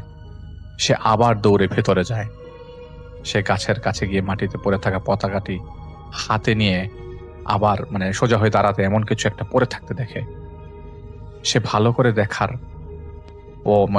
দেখার জন্য মোবাইলে টর্চ অন করে। সে টর্চ মারতেই যা দেখতে পায় তার মাথায় আকাশ ভেঙে পড়ে। জনির মাথার ভেতর সব উল্টো পাল্টা হতে শুয়ে যায়। সে আতঙ্কে যত জোরে সম্ভব দৌড় লাগায় বাজারের দিকে। সে এক দৌড়ে পৌঁছে যায় বাজারে। জনিকে দৌড়ে আসতে দেখে তার বন্ধুরা জিজ্ঞেস করে, কি রে, কাহিনী কি? তারা হাঁপাতে দেখে তাকে শান্ত করে এবং জিজ্ঞেস করে কি হয়েছে। জনি সবকিছু খুলে বলে যে যা যা তিনি দেখেছেন। জনি তাদেরকে এটাও বলে যে সে আসার সময় কি দেখেছিল। সব শুনে তার বন্ধুরা বলল যে তুই একটা ভীতু, তুই আসলে কবরস্থানের এখানে যাস নাই, এই নেলে এইসব উল্টাপাল্টা কাহিনী বানাইতেছিস তুই। জনি তাদেরকে বলে যে সে মিথ্যা বলছে না এবং সে আসলেই ওই কবরস্থানে গিয়েছিল। এই বলে সে হাতের মুঠায় গুজে রাখা যে পতাকাটা তার বন্ধুদেরকে দেখায়। তার বন্ধুরা পতাকাটা হাতে নিয়ে পরীক্ষা নিরীক্ষা করে বুঝতে পারে এটা সেই পতাকা যা সেটা কবরস্থানে রেখে এসেছিল। তারা বুঝতে পারে এইভাবে যে তারা আগে পতাকাটার এক জায়গায় দাগ দিয়ে রেখেছিল, যা তারা জনিকে জানায়নি। তারা এটা করেছিল যাতে জনি অন্য পতাকা না নিয়ে চিটিং করতে না পারে। তারা বুঝতে পারে যে আসলে সে কবরস্থানে গিয়েছিল। তবুও তারা জনির কথার ঘটনায় বিশ্বাস করেনি।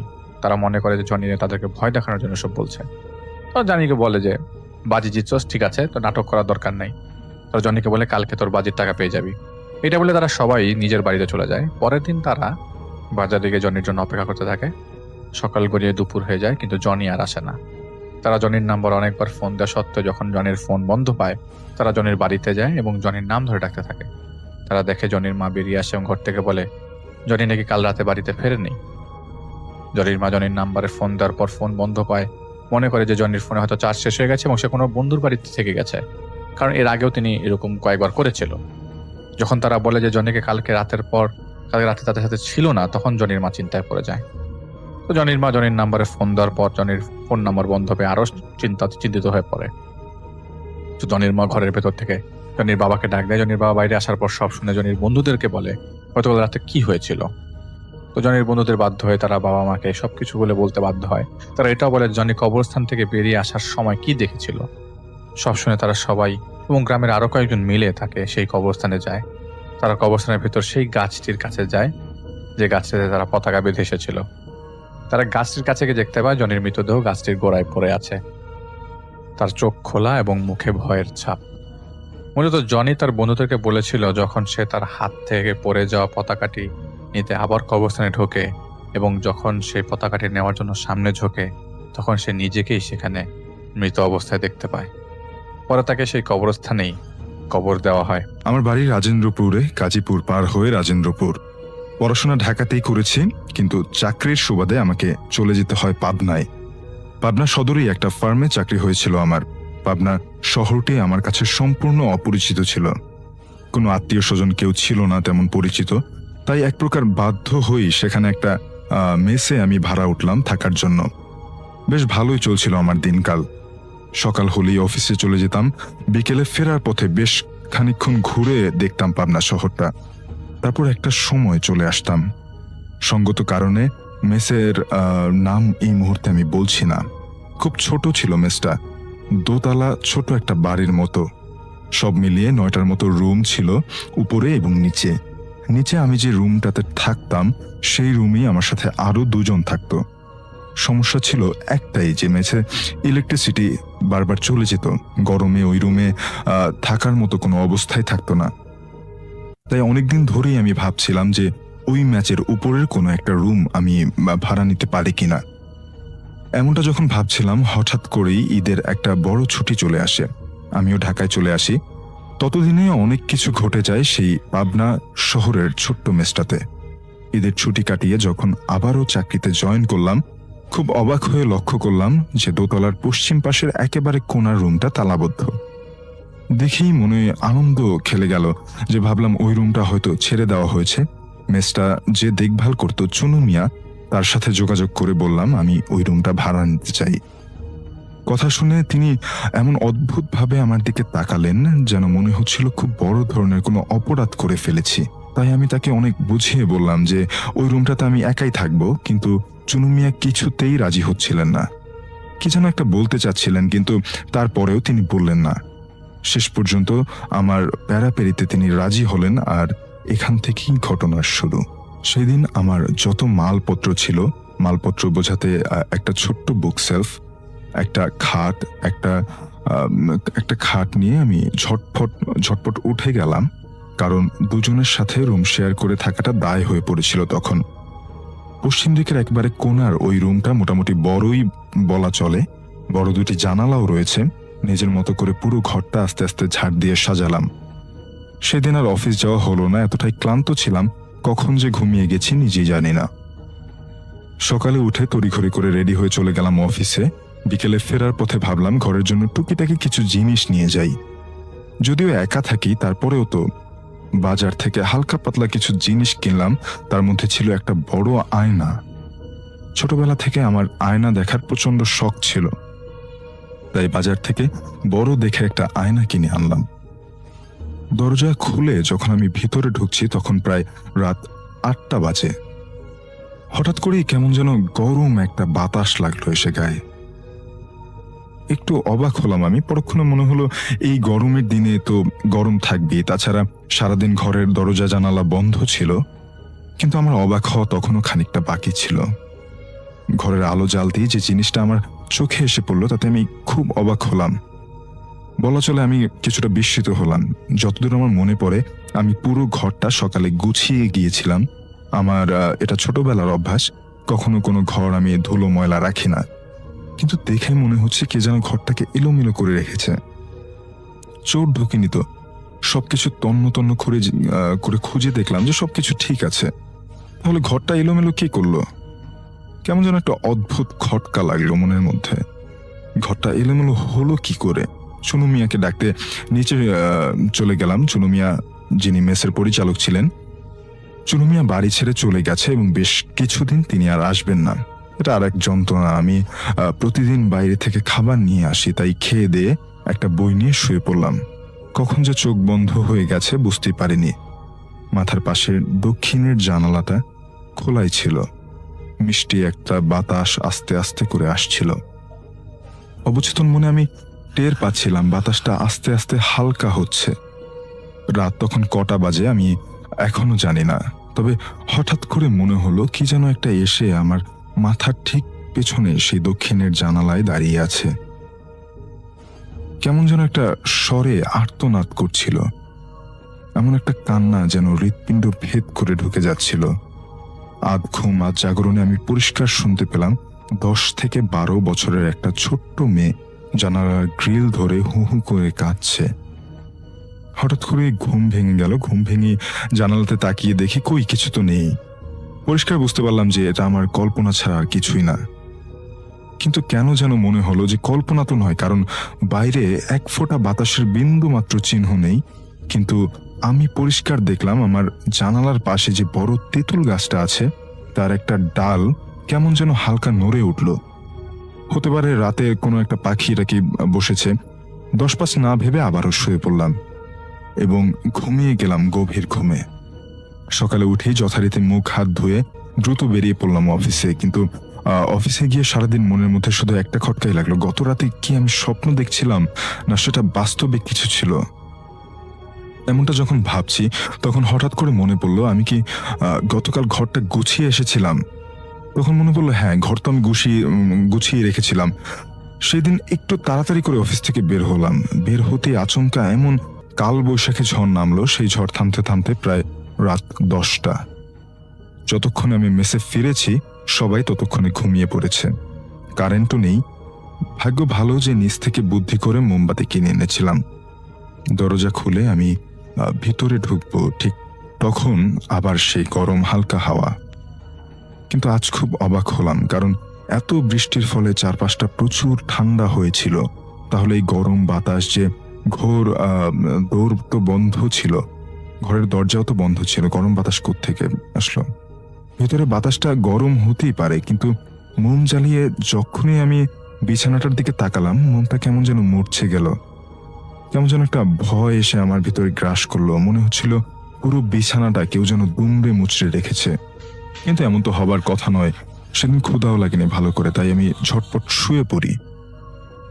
কি যেন ভাবতে ভাবতে চোখে যখন তন্দ্রাচ্ছন্ন হয়ে আসছিল তখন হঠাৎ করেই শুনতে পেলাম আবার সেই কান্নার শব্দ। কেন জানি মনে হচ্ছিল মাথার পাশের জানালার গ্রিল ধরে 8-10 বছরের একটা মেয়ে দাঁড়িয়ে হু হু করে কাঁদছে। এক ঝটকায় আমি বিছানা থেকে উঠে বসি। তখন রাত প্রায় 1টার মতো বেজে গেছে। ইলেকট্রিসিটির বিন্দু মাত্র নেই। মোমটা জ্বলতে জ্বলতে প্রায় শেষ বিন্দুতে এসে পৌঁছেছে, যে কোনো সময় দপ করে নিভেও যাবে। হঠাৎ করে মনে হলো ঘরের একটা কোণা গাঢ় অন্ধকার হয়ে আছে। মনে হচ্ছে কিছু একটা ঘাপটি মেরে বসে আছে সেই জায়গাটাতে। কিন্তু কি তা? ভয়ে সমস্ত শরীর আমার স্থির হয়ে আছে। আমি পরিষ্কার শুনতে পাচ্ছি সেই কান্নার শব্দটা ঘরের ওই কোণা থেকেই আসছিল। কে কাঁদে ওখানে? কে? সাহস করে একবার বলেই ফেললাম। বলার সঙ্গে সঙ্গে সব চুপ, কোনো শব্দ নেই। একটু পর আবার সেই কান্নার শব্দ। মোমটা একবার দপ দপ করে নিভে গেল। মেঘ হয়ে আকাশ ততক্ষণে পরিষ্কার হয়ে গেছে। গাঢ় পরিষ্কার আলোয় আমি দেখলাম ঘরের অন্ধকার সেই কোণা থেকে একটা ছোট্ট মেয়ে আস্তে আস্তে এগিয়ে আসছে আমার বিছানার দিকে। আমি খুব অবাক হয়ে লক্ষ্য করলাম মেয়েটার চোখ নাক মুখ দিয়ে অঝোর ধারায় রক্ত পড়ছে, আর মেয়েটা হু হু করে কাঁদছে। কি করব কিছুই বুঝতে পারছিলাম না। গলা ছেড়ে চিৎকার করতে চাইলাম, কিন্তু মনে হলো কি যেন একটা আমার গলা চেপে ধরে আছে। একটা শব্দ বের হচ্ছিল না। আমি হাত পা ছড়াতে থাকলাম। মেয়েটা আস্তে আস্তে আমার বিছানার দিকে এগিয়ে আসছিল। মেয়েটা যতই কাছে আসছিল তার কান্নার শব্দটা ততই বেড়ে যাচ্ছিল। আমি নিঃশ্বাস বন্ধ করে তাকিয়েছিলাম মেয়েটার দিকে। তার চোখ দিয়ে মুখ দিয়ে নাক দিয়ে রক্ত টপ টপ করে পড়ছিল। কতক্ষণ এভাবে তাকিয়েছিলাম আমার মনে নেই। ততক্ষণে মেয়েটা প্রায় আমার বিছানার কাছে চলে এসেছে। এবার মেয়েটা 2 হাত লম্বা করে দিল আমার দিকে এবং খপ করে আমার গলাটা চেপে ধরল। আমি অনেক চেষ্টা করছিলাম তার হাত 2টা থেকে গলা সরানোর জন্য, কিন্তু কিছুতেই আমি পারছিলাম না। আমার দম বন্ধ হয়ে আসছিল। ভাবলাম আজই হয়তো আমার শেষ রাত। কান্নার শব্দ তীব্র থেকে আরো তীব্রতর হতে লাগলো এবং আমার দম ধীরে ধীরে বন্ধ হয়ে যেতে লাগলো। আমি আস্তে আস্তে আমার চারপাশ যেন অন্ধকার হয়ে আসছিল এমনটা দেখছিলাম। অসম্ভব এক যন্ত্রণায় হঠাৎ করেই আমি জ্ঞান হারালাম। এভাবে কতক্ষণ কি ঘটেছিল আমার আর কিছুই মনে নেই। জ্ঞান ফিরে দেখলাম মেসের সব লোক জড়ো হয়ে আছে এবং আমি নিজেকে আবিষ্কার করলাম পাবনা সদর জেনারেল হসপিটালে। আমার সারা মুখ দিয়ে লালা বের হয়ে একাকার অবস্থা। ভয়ে কাউকে কিছু বলতেও পারছিলাম না। কি বলবো তার ব্যাখ্যাও খুঁজে পাচ্ছিলাম না। পাবনায় আমার পরিচিত কেউ ছিল না। অফিসের কলিগরা খবর পায় তার পরের দিন। সবাই দৌড়ে ছুটে আসে আমাকে দেখার জন্য। ততক্ষণে ঢাকাতে আমার বাড়িতেও খবর পৌঁছে গেছে। আমার মা, বাবা, বড় ভাই সবাই আমাকে নিয়ে আসতে যায় পাবনাতে। কিন্তু সেদিন রাতে কি ঘটেছিল তার ব্যাখ্যা আমি আজও পাইনি। পরবর্তী সময়ে আমি যোগাযোগ করেছিলাম সেই মেসের পরিচালক চুনু মিয়ার সাথে। তার কাছ থেকে যতটুকু শুনেছি, জানি না কতটুকু সত্য, কিন্তু তিনি বলেছিলেন যে ওই রুমটাতে নাকি 10 থেকে 12 বছরের একটা বাচ্চা মেয়েকে এনে নির্মমভাবে নির্যাতন করে হত্যা করেছিল কিছু পাষণ্ড লোক। তারপর থেকে নাকি আজ অব্দি ওই রুমটাতে কোনো মানুষ থাকতে পারেনি। কিন্তু ভাববার বিষয় হচ্ছে ওই রুম থেকে নাকি কোনো মানুষ অক্ষত অবস্থায় ফেরেনি। একমাত্র আমিই সেই ব্যক্তি যার কিছুই হয়নি। ভাবছিলাম কেন হয়নি, সেও তো আমাকেও মেরে ফেলতে পারত। যাই হোক, তারপর থেকে এখন পর্যন্ত এখন আমি যশোরে ব্র্যাকের প্রজেক্ট ম্যানেজার উন্নতি পেয়ে অফিসার পদে আছি। কিন্তু আজও পাবনা জেলার নাম শুনলে আমার স্মৃতির পাতায় ভেসে ওঠে সেই দিনের সেই ঘটনা, সেই বাচ্চা মেয়ের কান্না। কি কষ্টটা না হয়েছে সেই কান্নায়, কত কষ্ট, কত কষ্ট।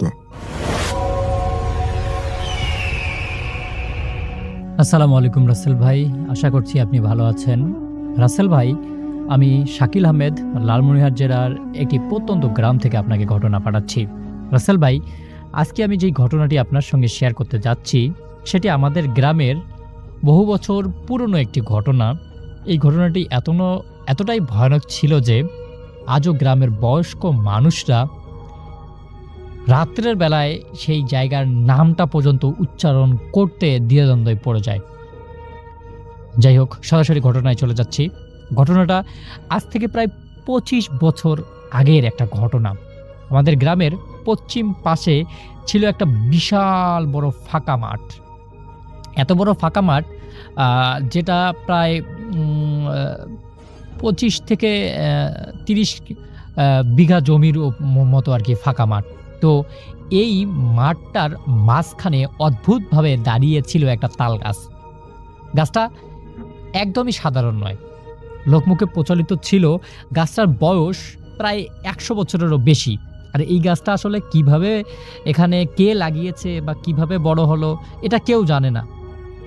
আমার বাবাও জানে না, আমার বাবার বাবাও জানে না, তার বাবাও এটার আসল রহস্য বা কখন থেকে এটা জন্মেছে বা কখন এটা হয়েছে এটা কেউ দেখেনি।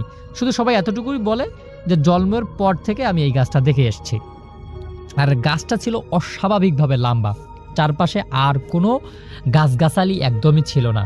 দূর থেকে তাকালেই শুধু ওই তাল গাছটাকেই দেখা যেত, আর অন্য কোনো কিছুই দেখা যেত না। আর গাছটিকে নিয়ে অনেক ধরনের ভৌতিক ঘটনা বেশ প্রচলিত ছিল আমাদের গ্রামে। বলা হতো রাত 12টার পর ওই তাল গাছের মাথায় আগুনের মতো জ্বলে ওঠে। কখনো কখনো গাছের নিচে সাদা কাপড় পরা কাউকে দাঁড়িয়ে থাকতে দেখা যায়। আবার মাঝে মাঝে নাকি অনেকেই দেখে এই তাল গাছের নিচে সাদা কাপড় পরা অনেকগুলো মানুষ বসে নাকি মিটিং করছে। আবার কেউ কেউ দাবি করে গভীর রাতে গাছের দিক থেকে মানুষের কান্নার শব্দ ভেসে আসে। কিন্তু এই গ্রামের একটা তরুণ সমাজ ছিল যারা কিনা এসবে একদমই বিশ্বাস করতো না। তাদের মধ্যে অন্যতম একজন সাহসী ছিল নাসিরউদ্দিন মোল্লা। সে সবসময় বলতো, আরে চাচা, এসব ভূত কিছু হয় না, এসব মানুষের বানানো গল্প। আর এই মাঝখানে একটা তাল গাছ হয়েছে, তো কি হয়েছে, থাকতে পারে না, হয়তো এটাকে কেউ নষ্ট করেনি, এজন্য এটা থেকে গেছে। তো কিন্তু এলাকার যারা বৃদ্ধ আছে তারা বলে, বাবা তোমরা নতুন মানুষ, তোমরা এসব কিছুতে বিশ্বাস করবে না, আমরা এটা জানি, কিন্তু এই গাছের কোনো মূল নক্ষত্র নেই। যাই হোক, এক বর্ষার পরে গ্রামের ইউনিয়ন পরিষদ থেকে সিদ্ধান্ত নেওয়া হয় মাঠের মাঝখান দিয়ে নতুন করে একটা রাস্তা করা হবে। কারণ এই মাঠের মাঝখান দিয়ে যদি রাস্তা করা হয় তাহলে খুব সহজেই অনেকগুলো মানুষ অনেকটা সময় বাঁচিয়ে তাদের গন্তব্যস্থানে যাইতে পারবে। কিন্তু সমস্যা হলো রাস্তার মাঝখানেই দাঁড়িয়ে আছে সেই বড় তাল গাছটা।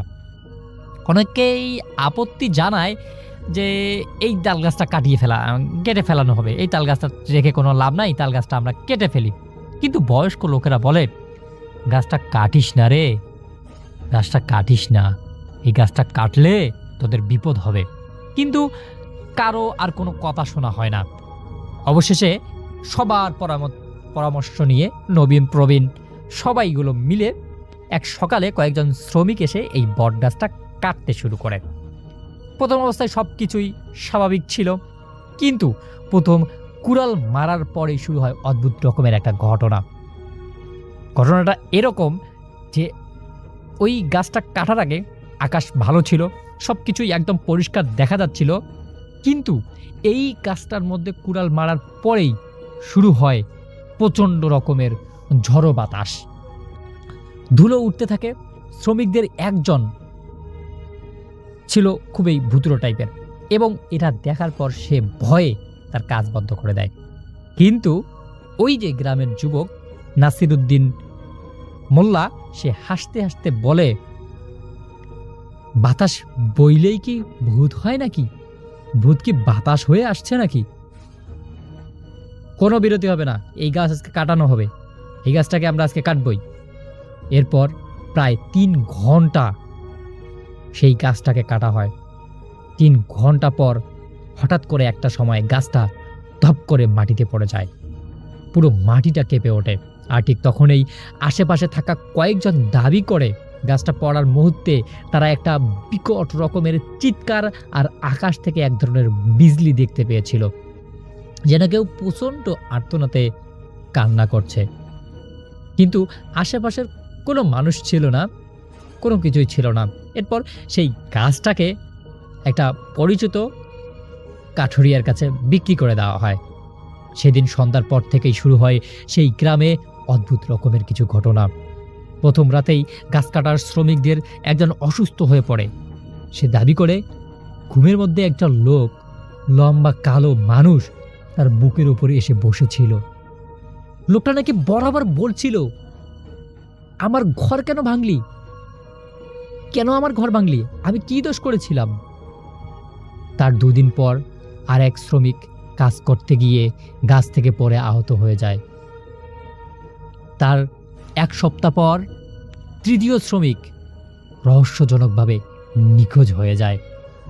এই গুজবটা ছড়িয়ে পড়ে পুরো এলাকার মধ্যে এমন একটা থমথমে পরিবেশ শুরু হয়, যেন মনে হচ্ছে এলাকার মধ্যে একটা জিন এসে গেছে।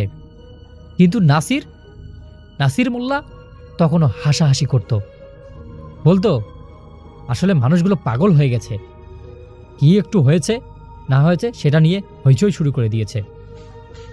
এরপর আসে এক রাত। সেই রাতে নাসির মোল্লা তার বন্ধুদের নিয়ে সেই কাটা গাছ তলের যে গুড়িটা ছিল, সেই গুড়ির পাশে বসে আড্ডা দিচ্ছিল পূর্ণিমার একটা রাতে। আলাপ করতে করতে রাত প্রায় 1টা বেজে যায়। চাঁদের আলোয় চারপাশটা একদমই পরিষ্কার দেখা যাচ্ছিল। তারা গল্প করছিল এবং তাদের মধ্যে হঠাৎ করে একজন বলে, সবাই এইদিকে তাকাও। ঠিক সবাই তাকাতেই সেটা দেখে তাদের বুকের রক্ত হিম হয়ে যায়। কারণ তারা দেখে মাঠের মাঝখানে যেখানে তাল গাছটা কাটা হয়েছিল, সেখানে আবার একটা নতুন করে তাল গাছ হয়েছে, একদম আগের মতো লম্বা, কালো, নিঃশব্দ, বাতাসের মধ্যেও যেন ঝুলছে না, একদম নির্ভীকভাবে দাঁড়িয়ে আছে। কিন্তু সবাই অবাক হয়ে গেল, কিরে এই গাছটা না কাটা হয়েছিল, তাহলে এটা আবার কি? এটা দেখে ভয় পেয়ে নাসিরের বন্ধুরা একদম দৌড়াতে থাকে বাড়ির দিকে। কিন্তু নাসির কি করে? নাসির সেখানে ধপ নেকে দাঁড়িয়ে থাকে। সে ভাবে হয়তো এই আমার বন্ধুরা চোখে ভুল দেখতেছে। তারপর সে চোখগুলো একটু ঘষলিয়ে আবার সেই তাল গাছটার দিকে তাকালো, আর সে হঠাৎ করে দেখতে পায় তাল গাছটার মাথার মধ্যে কেউ একটা বসে আছে, একটা মানুষের অবয়ব, 2 পা ঝুলছে, অস্বাভাবিকভাবে লম্বা হাত, অস্বাভাবিক মাথার চুল, মাথার মধ্যে একটা শিং দেখা যাচ্ছে, আর তার চোখ দুটো ঝলঝল করে জ্বলছে। সেই চোখ সরাসরি নাসিরের দিকে তাকিয়েছিল। নাসির মোল্লা প্রথমবারের মতো ভয় পায়, সে এমন দৌড়ায়, এক দৌড়ে বাড়ি ফিরে আসে। কিন্তু সেই রাতেই তার জীবনের সবথেকে ভয়ানক ঘটনাটা ঘটে। সে রাত ৩টার দিকে ঘুম ভেঙে যায় তার, কারণ সে অনুভব করছিল কেউ যেন তার জানালার বাহিরে একটা দাঁড়িয়ে আছে। সে ধীরে ধীরে জানালার দিকে তাকায়, আর তখন তার শরীর একদমই অবশ হয়ে যায়, কারণ সে জানালার বাহিরে দিকে তাকিয়ে দেখে ওই তালগাছটার উপর বা তালগাছটার মাথায় যে অবয়বটা ছিল, সেই অবয়বটি মাটিতে নয়, জানালার সামনে উচ্চতায় যেন বাতাসে ভেসে এসে আসছে। তার চোখ দুটো আগের মতোই জল করছে, মুখে অস্বাভাবিকভাবে হাসি, আর তার গলা থেকে ভেসে আসছে কর্কশ রকমের শব্দ, ফিরিয়ে দে আমাকে, আমার ঘর ফিরিয়ে দে। এরপর নাসির মোল্লা খুব অট্ট জোরে একটা শব্দ করে জ্ঞান হারিয়ে ফেলে। পরদিন সকালেও সে কথা বলতে পারছিল না। এরপর থেকে প্রায় প্রতি রাতেই গ্রামের বিভিন্ন মানুষের সঙ্গে অদ্ভুত রকমের কিছু ঘটনা ঘটতে শুরু করে। কেউ দেখে তালগাছটা আবার দাঁড়িয়ে আছে, আবার কেউ দেখে তাল গাছের মাথার উপর একটা মানুষ ঝুলছে, আবার কেউ দেখে গভীর রাতে ধপধপ করে তাল পড়ছে। কিন্তু সকালে সেখানে কোনো তাল পাওয়া যায় না, কোনো গাছ পাওয়া যায় না, কোনো কিছুই পাওয়া যায় না।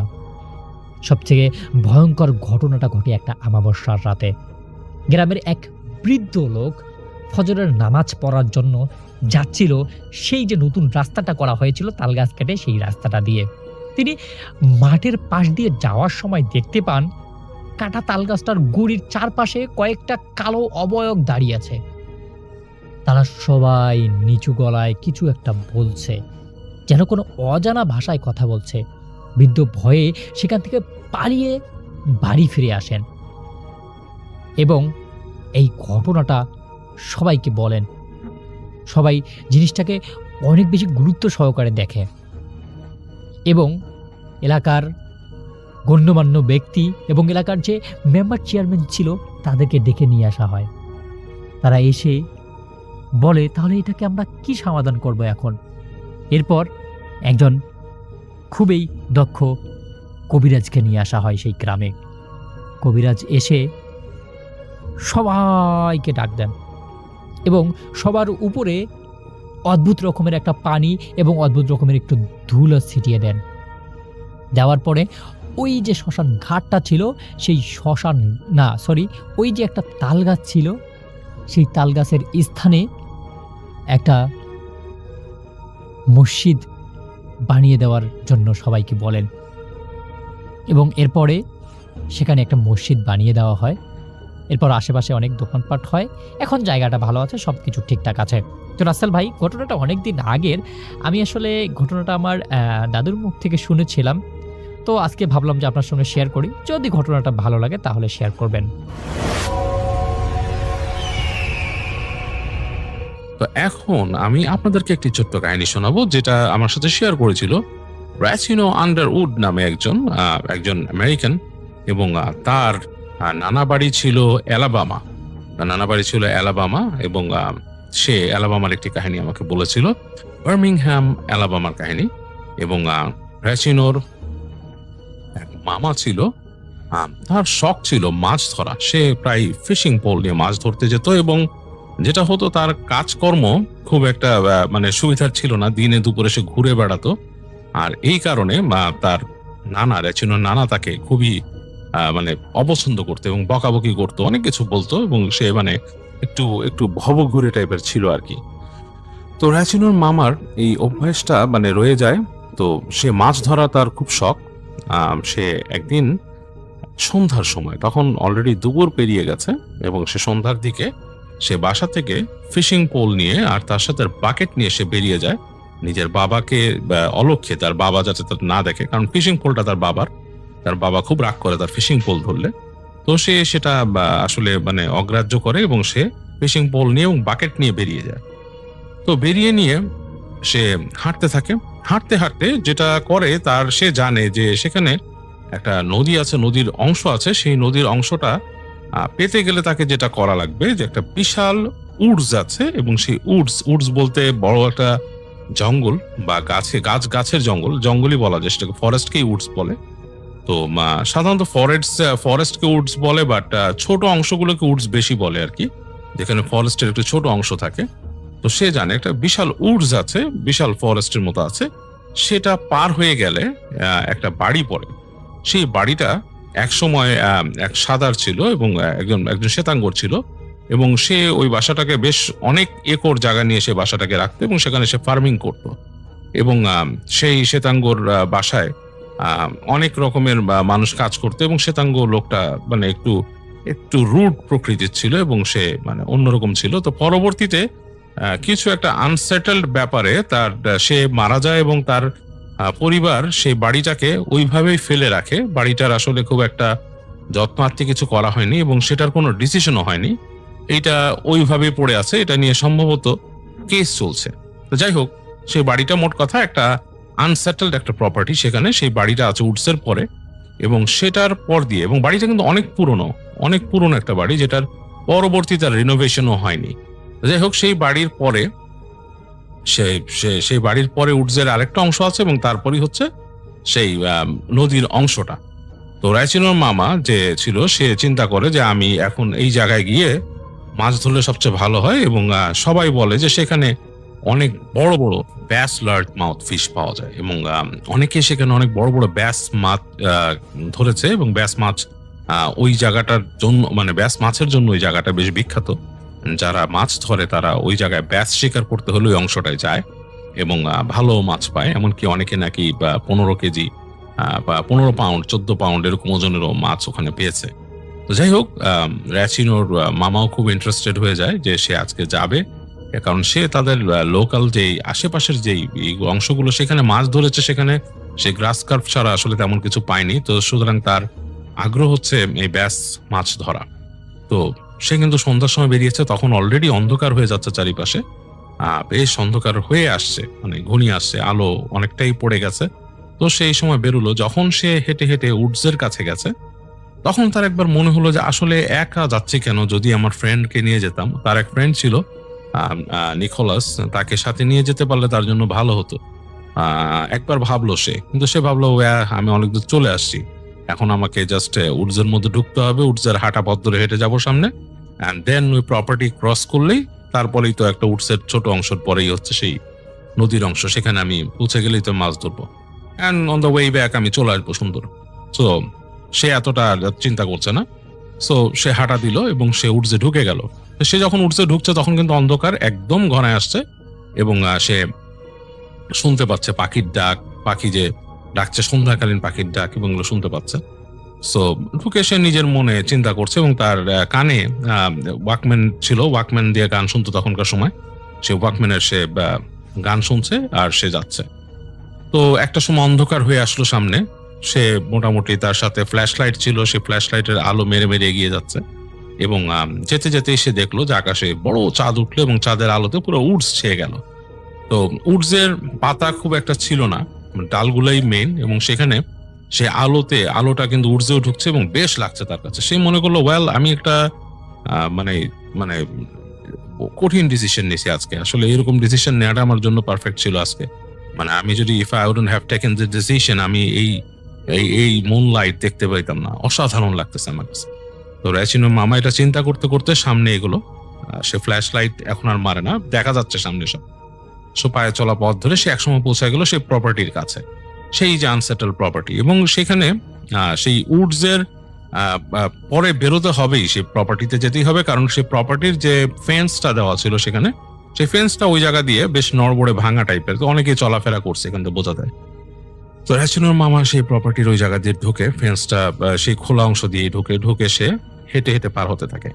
তো যখন সে সেই প্রপার্টির মধ্যে ঢোকে, দেখে ঘাস বড় হয়ে গেছে, কারণ এখানে আর কেউ ঘাসের চর্চা করে না, মানে পরিচর্যা করে না। এখানে এখন আর সেই লনমোর করা বড় জায়গা নাই, এখন বড় বড় ঘাস হয়ে গেছে। তো সে হাঁটছে আর তাকাচ্ছে, সে দূরে দেখতে পাচ্ছে বাড়িটা, সেই বাড়ি যেটা নাকি যেখানে মানে মানুষ থাকতো আগে, সেই বাড়িটা হচ্ছে কাঠের একটা বাড়ি, মাঝখানে দেখা যাচ্ছে বেশ বড় দোতলা বাড়ি, বেশ উঁচু দোতলা বাড়ি, এবং কাঠের সেই অবকাঠামো দাঁড়িয়ে আছে। একপাশে জ্যোৎস্না চাঁদ উঠছে, চাঁদের আলো সেই বাড়িকে ছাড়িয়ে এসে লনে পড়তেছে এবং সে দেখতেছে যে বাড়ির পাশে ঠিক একটু সাইডে একটা বিশাল গাছ আছে এবং সেই গাছের সাথে একসময় দোলনা লাগানো ছিল সে বুঝতে পারছে, এবং আরো এই পাশে অনেকগুলো গাছ আছে এবং সে এগুলো দেখতে দেখতে আস্তে আস্তে এগুচ্ছে এবং দেখে সে চিন্তা করছে যে আসলে মানে it was so nice place once. সে চিন্তা করছে যে একসময় নাইস প্লেস ছিল। আবার তার কাছে মনে হচ্ছে যে এগুলো যখন নাকি বাড়িটা অনেক পুরনো এবং একসময় হয়তো এই যে আগে যে শ্বেতাঙ্গ ছিল তার পূর্বপুরুষরা ছিল, এখানে একসময় দাস প্রথা অ্যাক্টিভ ছিল, তখন হয়তো এদের উপর অত্যাচারও হয়েছে। অনেক কিছু চিন্তা করতে করতে র্যাচিনোর মামা এগুচ্ছে সামনে এবং তিনি বাড়িটা দেখছেন এবং তার কাছে একই সাথে সুন্দর লাগছে, আবার একই সাথে একটু ভয়ও লাগছে। কারণ বাড়ির যে অবকাঠামোটা সেটা কিন্তু আসলে দাঁড়িয়ে আছে একটা কঙ্কালের মতো। মনে হচ্ছে যে এই যেটা আমি বলেছি এর আগে আপনাদের, অনেক সময় এরকম বাড়ি দেখলে মনে হয় কিছু একটা বেরিয়ে আসবে বাড়িতে, সেরকমই তার ফিল হচ্ছে। এবং সে হাঁটতে হাঁটতে কিন্তু খোলা মাঠ দিয়ে চলে আসলো সেই বাড়ির গাছ ক্রস করে, এবং আরো কিছু বাগানের মতো ছিল, ছোটখাটো একটা উডসের মতো। সেটা অ্যাকচুয়ালি একটা কাইন্ড অফ লাইক ওই বাড়িরই অংশ, বাগান, এক্সটেন্ডেড বাগান টাইপের। সেটার ভেতর দিয়ে সে আসলো এবং সে যখন নাকি বাগানটা পার হচ্ছে তখন সে খেয়াল করলো যে এই বাড়ির পাশে বাগানের এক সাইডে কিন্তু একটা ছোট গ্রেভিয়ার্ড আছে এবং সেটা সে আসলে জানতো না। আজকে সে নোটিস করলো এবং সেই দেখলো সেখানে কিছু টুমস্টোন দেওয়া, ছোট ছোট টুমস্টোন দেওয়া আছে এবং সেই টুমস্টোন গুলোর মধ্যে বিভিন্ন এপিটাফ লেখা এবং বিভিন্ন জিনিস লেখা। তো তিনি তখন র্যাচিনোর মামা বুঝতে পারলো যে এখানে আসলে একটা কবরস্থান আছে, মানে সে জানতো না এটা হয়তো সেই ফ্যামিলির কবরস্থান হবে, সামথিং লাইক দ্যাট। তো কিছু টুমস্টোন সে দেখতে পেলো খুব সুন্দর, কিছু দেখলো যে সাধারণভাবে পড়ে আছে, মানে একদম মানে আর কি, মানে খুব একটা যত্ন নিয়ে করা হয়নি বোঝা যাচ্ছে। তো যাই হোক, এগুলো দেখতে দেখতে তার একটু অস্বস্তি লাগলো, কারণ রাতের বেলা একদম নির্জন জায়গায়, আপনি জানেন যে বেশ নির্জন, সেখানে যদি মাইলের পর মাইল মানুষ না থাকে তখন কিন্তু বেশ অন্যরকম লাগে। আর বিদেশে কিন্তু এটা খুব স্বাভাবিক, অনেক জায়গায় আছে যেখানে কয়েক মাইলের ভেতরে মানুষ থাকে না, এরকম একটা ব্যাপার। তো র্যাচিনোর মামার কাছেও সেরকমই লাগছিল। তো তিনি হাঁটতে হাঁটতে একসময় পার হলেন সেই ছোটখাটো বাগান পার হয়ে তিনি বেরিয়ে আসলেন। বেরিয়ে এসে তিনি দেখলেন যে সেই চাঁদের আলো পড়ছে পানির মধ্যে, কুলকুল করে শব্দ হচ্ছে, নদীর একটা অংশ, এবং সেখানে তিনি বুঝতে পারলেন যে এইখানে হয়তো মানুষ মাছ ধরে এবং অনেকেই হয়তো ধরে। তো তিনি সেখানে চলে গেলেন, তার বাকেট রাখলেন এবং চিন্তা ভাবনা করে আস্তে ধীরে তিনি তার ফিশিং যে অ্যাক্সেসরিজ বের করলেন, সেখানে fishing bait and all that সবকিছু তৈরি করে তিনি একসময় তার পোল ছুড়লেন আর কি, সেটি মাছের জন্য ফিশিং পোল থেকে বড়শি ফেললেন পানিতে এবং বসে আছেন অনেকক্ষণ, এবং তার কানে কিন্তু হেডফোন, তিনি গান শুনছেন এবং তিনি মাছ ধরার জন্য বড়শি পেতে আছেন। তো এক সময় তার ফিশিং হুকে মাছ বাঁধলো, বুঝতে পারলো যে তার যে এখানে ছোট যে কাঠিটা ছিল সেটা পানির তলে চলে গেল। তো তিনি বুঝতে পারলেন মাছ লেগেছে বড়শিতে, তিনিও অনেকক্ষণ শুরু করলেন মাছের সাথে খেলা, এবং অনেকক্ষণ চেষ্টা করার পর, কিছু খেলার পর তিনি কাছিয়ে নিয়ে আসলেন। তিনি বুঝতে পারলেন মোটামুটি সাইজের একটা ব্যাস ফিশই হয়তো ধরা পড়েছে, কারণ সেটা মুখ তুলছে, লার্জ মাউথ, তিনি বুঝতে পারছেন যেটা একটা লার্জ মাউথ। তো তার কাছে ফিশিং নেট ছিল বাকেটের ভেতরে, তিনি খেলিয়ে যখন মাছটাকে কাছে আনছেন, উনি নেট দিয়ে টেনে সেটাকে তুলে ফেললেন নিচ থেকে এবং মাছ লাফাচ্ছে।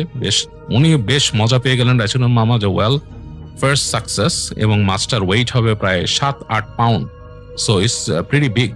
তিনি মাছটাকে তার বাকেটে ফেললেন। বাকেটটা হচ্ছে একটা ফুল সাইজ বালতির মতো, আমাদের যে বালতি থাকে আমাদের দেশে যে আমরা বালতি ইউজ করি সেই পাইলগুলো আর কি, সেটা রঙের বালতি, আপনারা যদি বোঝেন যে এক্স্যাক্টলি জাস্ট লাইক দ্যাট, ওরকম হয় বালতিগুলো, যে রং করার যে ডিস্টেম্পারের যে বড়ই থাকে সেরকম। তো সেখানে তিনি মাছটা ফেললেন, মাছটা তখনও ঠক ঠক ঠক ঠক করছে, লাফাচ্ছে। তিনি বাকেটের মুখটা লাগিয়ে দিলেন, হালকা ফাঁক রাখলেন যাতে বাচ্চা ঢোকে, আবার বসে ফেললেন এবং মানে he is up to fishing. তিনি গান শুনছেন, মাছ ধরছেন, আর কিছুই তার মাথায় নেই, এবং খুব সুন্দর তিনি এনজয় করছেন চাঁদের আলো। বাকেটের মধ্যে তিনি কোমল পানি এনেছিলেন, তিনি 2-1টা পানীয়র বটল খেলেন এবং মাছ ধরছেন। এক সময় তিনি সাকসেসফুলি 3-4টা মাছ ধরলেন। তো তার ধরা সবচেয়ে বড় ব্যাস ফিশ ছিল, যেটা 8 পাউন্ডের, এবং বাকি 2-3টা ছোট ছোট মাছ, সেগুলো ধরেন 4 পাউন্ড, ছোট বলতে একদম ছোট না, 4-5 পাউন্ড, এবং একটা গ্রাস কার্প ছিল। মানে এরকম কয়েকটা মাছ তিনি ধরে তার বাকেটে ভরেন এবং তিনি বোঝেন যে বেশ সময় চলে গেছে, ইটস বিন লাইক 3-4 আওয়ার্স, হয়তো রাত বেশ হয়েছে। তো তখন তিনি ঘড়ি দেখলেন যে রাত 9:30 বাজে। তো বুঝলেন যে বেশ সময় হয়ে গেছে, এখন মানে হি মাস্ট রিটার্ন তাকে ব্যাক করতে হবে। তো তিনি সেই তার বাকেটটা ধরলেন, বেশ ওজন হয়ে গেছে এখন। আর তিনি তার সরঞ্জাম সব রাখলেন, রেখে তিনি রওনা দিলেন। তো তার এক হাতে ফিশিং পোল এবং আরেক হাতে তার বাকেট, এইভাবে তিনি আসছেন। এবং আস্তে আস্তে এইবার কিন্তু তিনি টায়ার্ড হয়ে যাচ্ছেন, কারণ তার বয়সও কিন্তু বেশি না, he is like 2 years old, 22 বছরের মতো বয়স হবে তার। তো সেও কিন্তু বেশ বয়স্ক না। আসছেন, এসে তিনি সেই প্রপার্টিতে আসলেন। তো এর মধ্যে ঠান্ডা বেড়ে গেছে, রাতের মধ্যে রাত যত গভীর হয়েছে শীত বেড়েছে এবং ঠান্ডাটা বেশ পড়ছে। এবং তিনি দেখছেন চাঁদটা আরো বড় হয়ে আছে আকাশে, চাঁদের আলো পুরো ছড়িয়ে ছিটিয়ে গেছে চারিপাশে, পুরো বাগানে। তিনি মাছ নিয়ে আসেন, মাঝে মাঝে তার সেই মাছের বালতির ভেতরে মাছ খটখট করে লাফাচ্ছে। তো এরকম করতে করতে তিনি আরো এগিয়ে এলেন। যখন লনের কাছে আসলেন, দেখলেন লনটা পুরো আলোয় আলোকিত হয়ে আছে চাঁদের আলোতে। তো আরো কাছে এলেন তিনি। এমন সময় তিনি দেখতে পেলেন যে সেখানে যে বড় গাছটা ছিল, যে গাছে দোলনা লাগানো ছিল সম্ভবত আগে, সেইখান থেকে দুটো বড় বড় কি ঝুলে আছে। তো তিনি আসলে বুঝতে পারলেন না কি ঝুলে আছে, এটা মনে হচ্ছে যে বড় দুটো ভাইন, মানে বড় দুটো লতার মতো, বট বা কোনো গাছের মধ্যে যদি ভাইন থাকে সেরকম দুটো লতার মতো ঝুলে আছে। তিনি বললেন, আমি আগে তো দেখি নাই, আমি যখন প্রথম আসছি এরকম কোনো লতা এখানে দেখি নাই। যাই হোক, তিনি আরো কাছে এলেন এবং তিনি বেশ কাছে আসতে গিয়ে তিনি আরেকটু অবাক হলেন। মনে হলো যে ভাইন দুটা শেপ অনেকটা মানুষের পায়ের মতো, এবং শেষের অংশ যেটা নেমেছে সেই অংশটা ঠিক মানুষের পায়ের পাতার মতো হয়ে গেছে এবং নখের কাছে চোখা চোখা টাইপের। তো তার কাছে আরেকটু অস্বস্তি লাগলো। তিনি বলে, এইরকম কিছু আমি দেখিনি। এবং তিনি যখন নাকি ওই গাছটাকে মোটামুটি 15-20 ফিট দূর দিয়ে ক্রস করে যাচ্ছেন, তখন তিনি আবার আর চোখে তাকিয়ে দেখলেন যে পা দুটো ওইভাবেই আছে বা বাইন দুটো ওইভাবেই আছে। তিনি যখন আরেকটু সামনে গেলেন, তখন তিনি সাহস করে পেছন ফিরে তাকালেন। এইবার তার ভয় পাবার পালা, তার সারা শরীরের রোম দাঁড়িয়ে গেল। তিনি দেখলেন গাছের ডালে একটা মহিলা বসা, এবং সেই মহিলাটার হাত দুটো জাস্ট লাইক আরো দুটো বাইনের মতো, এবং চেহারাটা কালো কুচকুচে, চেহারার ভেতরের অংশ বোঝা যাচ্ছে না কিছু। তার পা দুটোই ঝুলেছিল এবং পা দুটোর লম্বা হবে প্রায় 8 ফিট 10 ফিটের মতো দুটো পা, এবং মাঝখানে শরীরটা আরো 4-5 ফিট, দুটো হাত আরো লম্বা, মানে টোটালি মহিলাটা লম্বা হবে 15 থেকে 20 ফিট। মুসে গাছের বড় ডালটার মধ্যে বসেছিল। তো র্যাচুনের মামা এটা দেখে তার সারা শরীর ঠান্ডা হয়ে যায় এবং তার পুরো শরীরে গুজবাম্প হয়। তিনি ফিল করেন যে তিনি নেমে দৌড় দিবেন, সেখান থেকে ঝেড়ে দৌড় দিবেন। তো তিনি তারপরও ভয়ের সময় মাথা একটু ঠান্ডা রেখে তিনি আস্তে আস্তে চলার চেষ্টা করেন। চিন্তা করেন যে আমি যদি জায়গাটা পার হয়ে যেতে পারি। সে আরেকটু আগে তিনি হেঁটে যান। এই সময় তিনি হঠাৎ করে পেছনে শব্দ পান। তার মনে হলো তার পেছনে কিছু একটা ভেসে আসছে। এইবার আর তিনি সেই গাছের উপরে বসা কালো মহিলাটাকে দেখলেন না। মনে হলো একটা কালো এক টুকরো কাপড় যদি হয়, সেই কাপড়টা যদি বেশ বড় একটা চাদরের মতো তাকে ধেয়ে আসছে, কালো একটা কাপড়ের মতো তাকে ধেয়ে আসছে। এবং সে তখন আর কিছু না বুঝে ঝেড়ে দৌড় দিলেন সেখান থেকে। এবং তার হাতে বালতি আর ফিশিং পোল ঠিকই আছে। তিনি খুব স্পিডে দৌড়াচ্ছেন। দৌড়াতে দৌড়াতে তিনি চলে আসছেন সেই ভাঙা বেড়ার কাছে, এবং ভাড়া বেড়ার কাছে এসে তিনি মানে আটকে গেছেন, তার হাতের যে ফিশিং পোলটা আটকে গেছে। তিনি দেখলো যে সেই কালো যে একটা কাপড়ের মতো উড়ে আসছিল সেটা আরো কাছে আসলো, এবং একসময় দপ করে একটা কালো ধোঁয়ার কুণ্ডলিতে পরিণত হলো এবং আরো কাছে দৌড়ে আসলো। তো তিনি তার ফিশিং পোলটাকে ছুটিয়ে আবার দৌড় দিলেন। তো দৌড় দিতে দিতে তিনি আর মানে বাঁচছেন না, প্রচন্ড জোরে দৌড়াচ্ছেন তিনি সেই উডসের মধ্যে দিয়ে দৌড়াচ্ছেন, আলোতে যতটুকু দেখা যাচ্ছে। এবং তার মনে হচ্ছে যে তার পেছনে কেউ ধাওয়া করে আসছে, এবং তিনি বুঝতে পারছেন যে কিছু একটা আসছে তার পেছনে। তো তিনি এক পর্যায়ে যেটা করলেন, বালতিটাকে আর টানতে পারলেন না। তিনি বালতিটা তার হাত থেকে পিছলে পড়ে গেল। বালতির যে বাঁকানো হ্যান্ডেলটা তিনি ধরেছিলেন সেটা তার হাত থেকে পিছলে পড়ে গেল। তো ঠাস করে পড়লো, পড়ে ভেতর থেকে তার কিছু সরঞ্জাম বেরিয়ে গেল, তার মাছ সাইড হয়ে বের হয়ে গেল দুটো। তিনি একবার ভাবলেন তিনি পেছন ফিরে যাবেন সেখানে। তো তিনি আর কিছু দেখতে পারলেন না, তিনি ঝেড়ে দৌড় দিলেন, কারণ তার পেছনে তিনি দেখেছেন সে কালো জমাট বাঁধা একটা ধোঁয়ার মতো পেছনে আছেন। তিনি দৌড়ে আসলেন। দৌড়াতে দৌড়াতে দৌড়াতে তিনি একসময় সে উডস পার হয়ে উঠে গেলেন মেন রাস্তায়। সেখান থেকে তিনি দৌড়াতে থামলেন না, তিনি হাঁপাচ্ছেন, প্রচন্ড ক্লান্ত অবস্থায় চলে আসছেন তাদের বাসায়। এবং বাসায় এসে প্রচন্ড জোরে তিনি তার গেটের উপরে পড়লেন। তো ভেতর থেকে তার বাবা চিৎকার করে উঠলো, হুজ দ্যাট? তো তিনি কোনো উত্তর দিতে পারছেন না, হাঁপাচ্ছেন। তো তার বাবা একসময় দরজা খুললেন, খুলে তার ছেলেকে দেখলেন তো পড়ে গেল, সে র্যাচুনের মামা পড়ে গেছে। তো তার বাবা এই দেখা ছেলের উপর রাগ করেনি, তাকে তাড়াতাড়ি নিল যে কি হয়েছে, জিজ্ঞেস করলো, তার মা এসেও জিজ্ঞেস করলো কি হয়েছে, বলতে পারছে না, তার মুখে কথা নেই। তো তারা তাকে অনেকক্ষণ শান্ত করার চেষ্টা করছে, করে তার বাবা তাকে নিয়ে গেল, নিয়ে যে বললো যে তার মাকে বললো ক্লিন হিম আপ। তো তাকে তার মা পরিষ্কার করে দিল হাত পা। তো হাত পা পরিষ্কার করে তার বাবা তাকে টেবিলে বসালেন, বললো যে কি হয়েছে, what happened to you? তো সে বললো যে I went fishing। তো তার বাবা বললো যে কি হয়েছে, so what happened? তো বলে যে আমি ওই জায়গায় ফিশিং এ গেছি, ওখান থেকে এত দূর। তার বাবা শুনে খুব রাগ করলেন, রাগ করে বললেন যে তুমি কি অ্যাবান্ডন প্রপার্টি ক্রস করে গেছো ওই জায়গা তুমি জানো যে ওই জায়গাটা খারাপ, ওই জায়গায় ডেড ম্যান সোল আছে, অনেক ডেড ম্যান সোল। অনেক কিছু তাকে তার বাবা বলেন যে ওইখানে তারা বলে তাদের কথায় যে মৃত মানুষের আত্মারা সেখানে ঘোরাফেরা করে এবং অনেক কিছু। তো সে চুপ করে থাকে, কিছু বলে না। তো তার বাবা তাকে অনেক বোঝায় বলে যে এরকম যেতে হয় না, অনেক জায়গা আছে খারাপ, পৃথিবীতে অতি প্রাকৃত অনেক ব্যাপার আছে, সেগুলোই করে। তো তুমি বেঁচে গেছো আজকে, তুমি হয়তো বাঁচতে নাও পারতা। যাই হোক, অনেক কিছু বুঝায়। তো তার মা তাকে রাতের বেলা ঘুমাতে দেয়, বলে যে কিছু হলে আমাকে ডাকবা। র্যাচিনোর মামা ঘুমোতে যায় এবং তিনি নাকি রাতের বেলা অনেক রকম নাইটমেয়ার দেখেন, অনেক বেশি রকমের দুঃস্বপ্ন দেখেন, বিভিন্ন রকমের রাতের স্বপ্নের মধ্যে শব্দ করেন। তো র্যাচিনোর নানি তাকে গিয়ে দেখেন রাতের বেলা, শান্ত করেন। তো যাই হোক, তো পরদিন নাকি র্যাচিনোর মামা মোটামুটি একটু ঠিক হয়ে যায় এবং সে নাকি পরদিনই তার বন্ধুকে নিয়ে, নিকোলাসকে নিয়ে সে গিয়েছিল সেই উডসের মধ্যে যেখানে তার বালতি পড়েছে সেগুলো নিয়ে আসতে। তো সেখানে গিয়ে দেখে তার বালতি ঠিক আছে, সেখানে মাছের কোনো এমনি চিহ্ন সে পায় না। তো অনেক দূর আরো হেঁটে যেয়ে সে দেখে যে সে মাছের একটা অংশ, লেজের কিছু অংশ, একটা ব্যাস ফিশের একটা লেজের কিছু অংশ পড়ে আছে, এতক্ষণে পচে গেছে, গন্ধ ছড়াচ্ছে বেশ বাজেভাবে, কিন্তু বাকি মাছটা নেই। সো সে এটার কোনো ডেফিনেশন নাই, সে বলতে পারে এটা কোনো প্রাণী নিয়ে যেতে পারে, ওই জঙ্গলের মধ্যে কোনো ওয়াইল্ড ক্যাট থাকতে পারে বা কোনো র্যাকুন থাকতে পারে, এরা নিয়ে যেতে পারে। সো ওইটার ব্যাপারে সে বলতে পারে না এটা পিশাচ নিয়েছে কিনা, বাট ওখানে এটা ছিল। এবং সে র্যাচিনোর মামা তখন বলে যে আমাদের এই অ্যালাবামাতে, র্যাচিনো নিজে বলছে যে অ্যালাবামাতে অনেক এরকম মেছো ভূতের কাহিনী প্রচলিত আছে। মেছো ভূত মানুষকে আক্রমণ করেছে, মেছো ভূত মানুষকে ঘুম থেকে ডেকে নিয়ে গেছে মাছ ধরার জন্য, যেটা আমাদের দেশে অতি প্রচলিত কাহিনী। সেটাও কিন্তু অ্যালাবামাতে অনেকে এই ধরনের কাহিনী শুনে থাকে। আসসালামু আলাইকুম প্রিয় লিসেনার্স, এতক্ষণ থেকে আমি আপনাদেরকে বেশ কয়েকটি ভয়ানক ঘটনা শোনানোর চেষ্টা করেছি।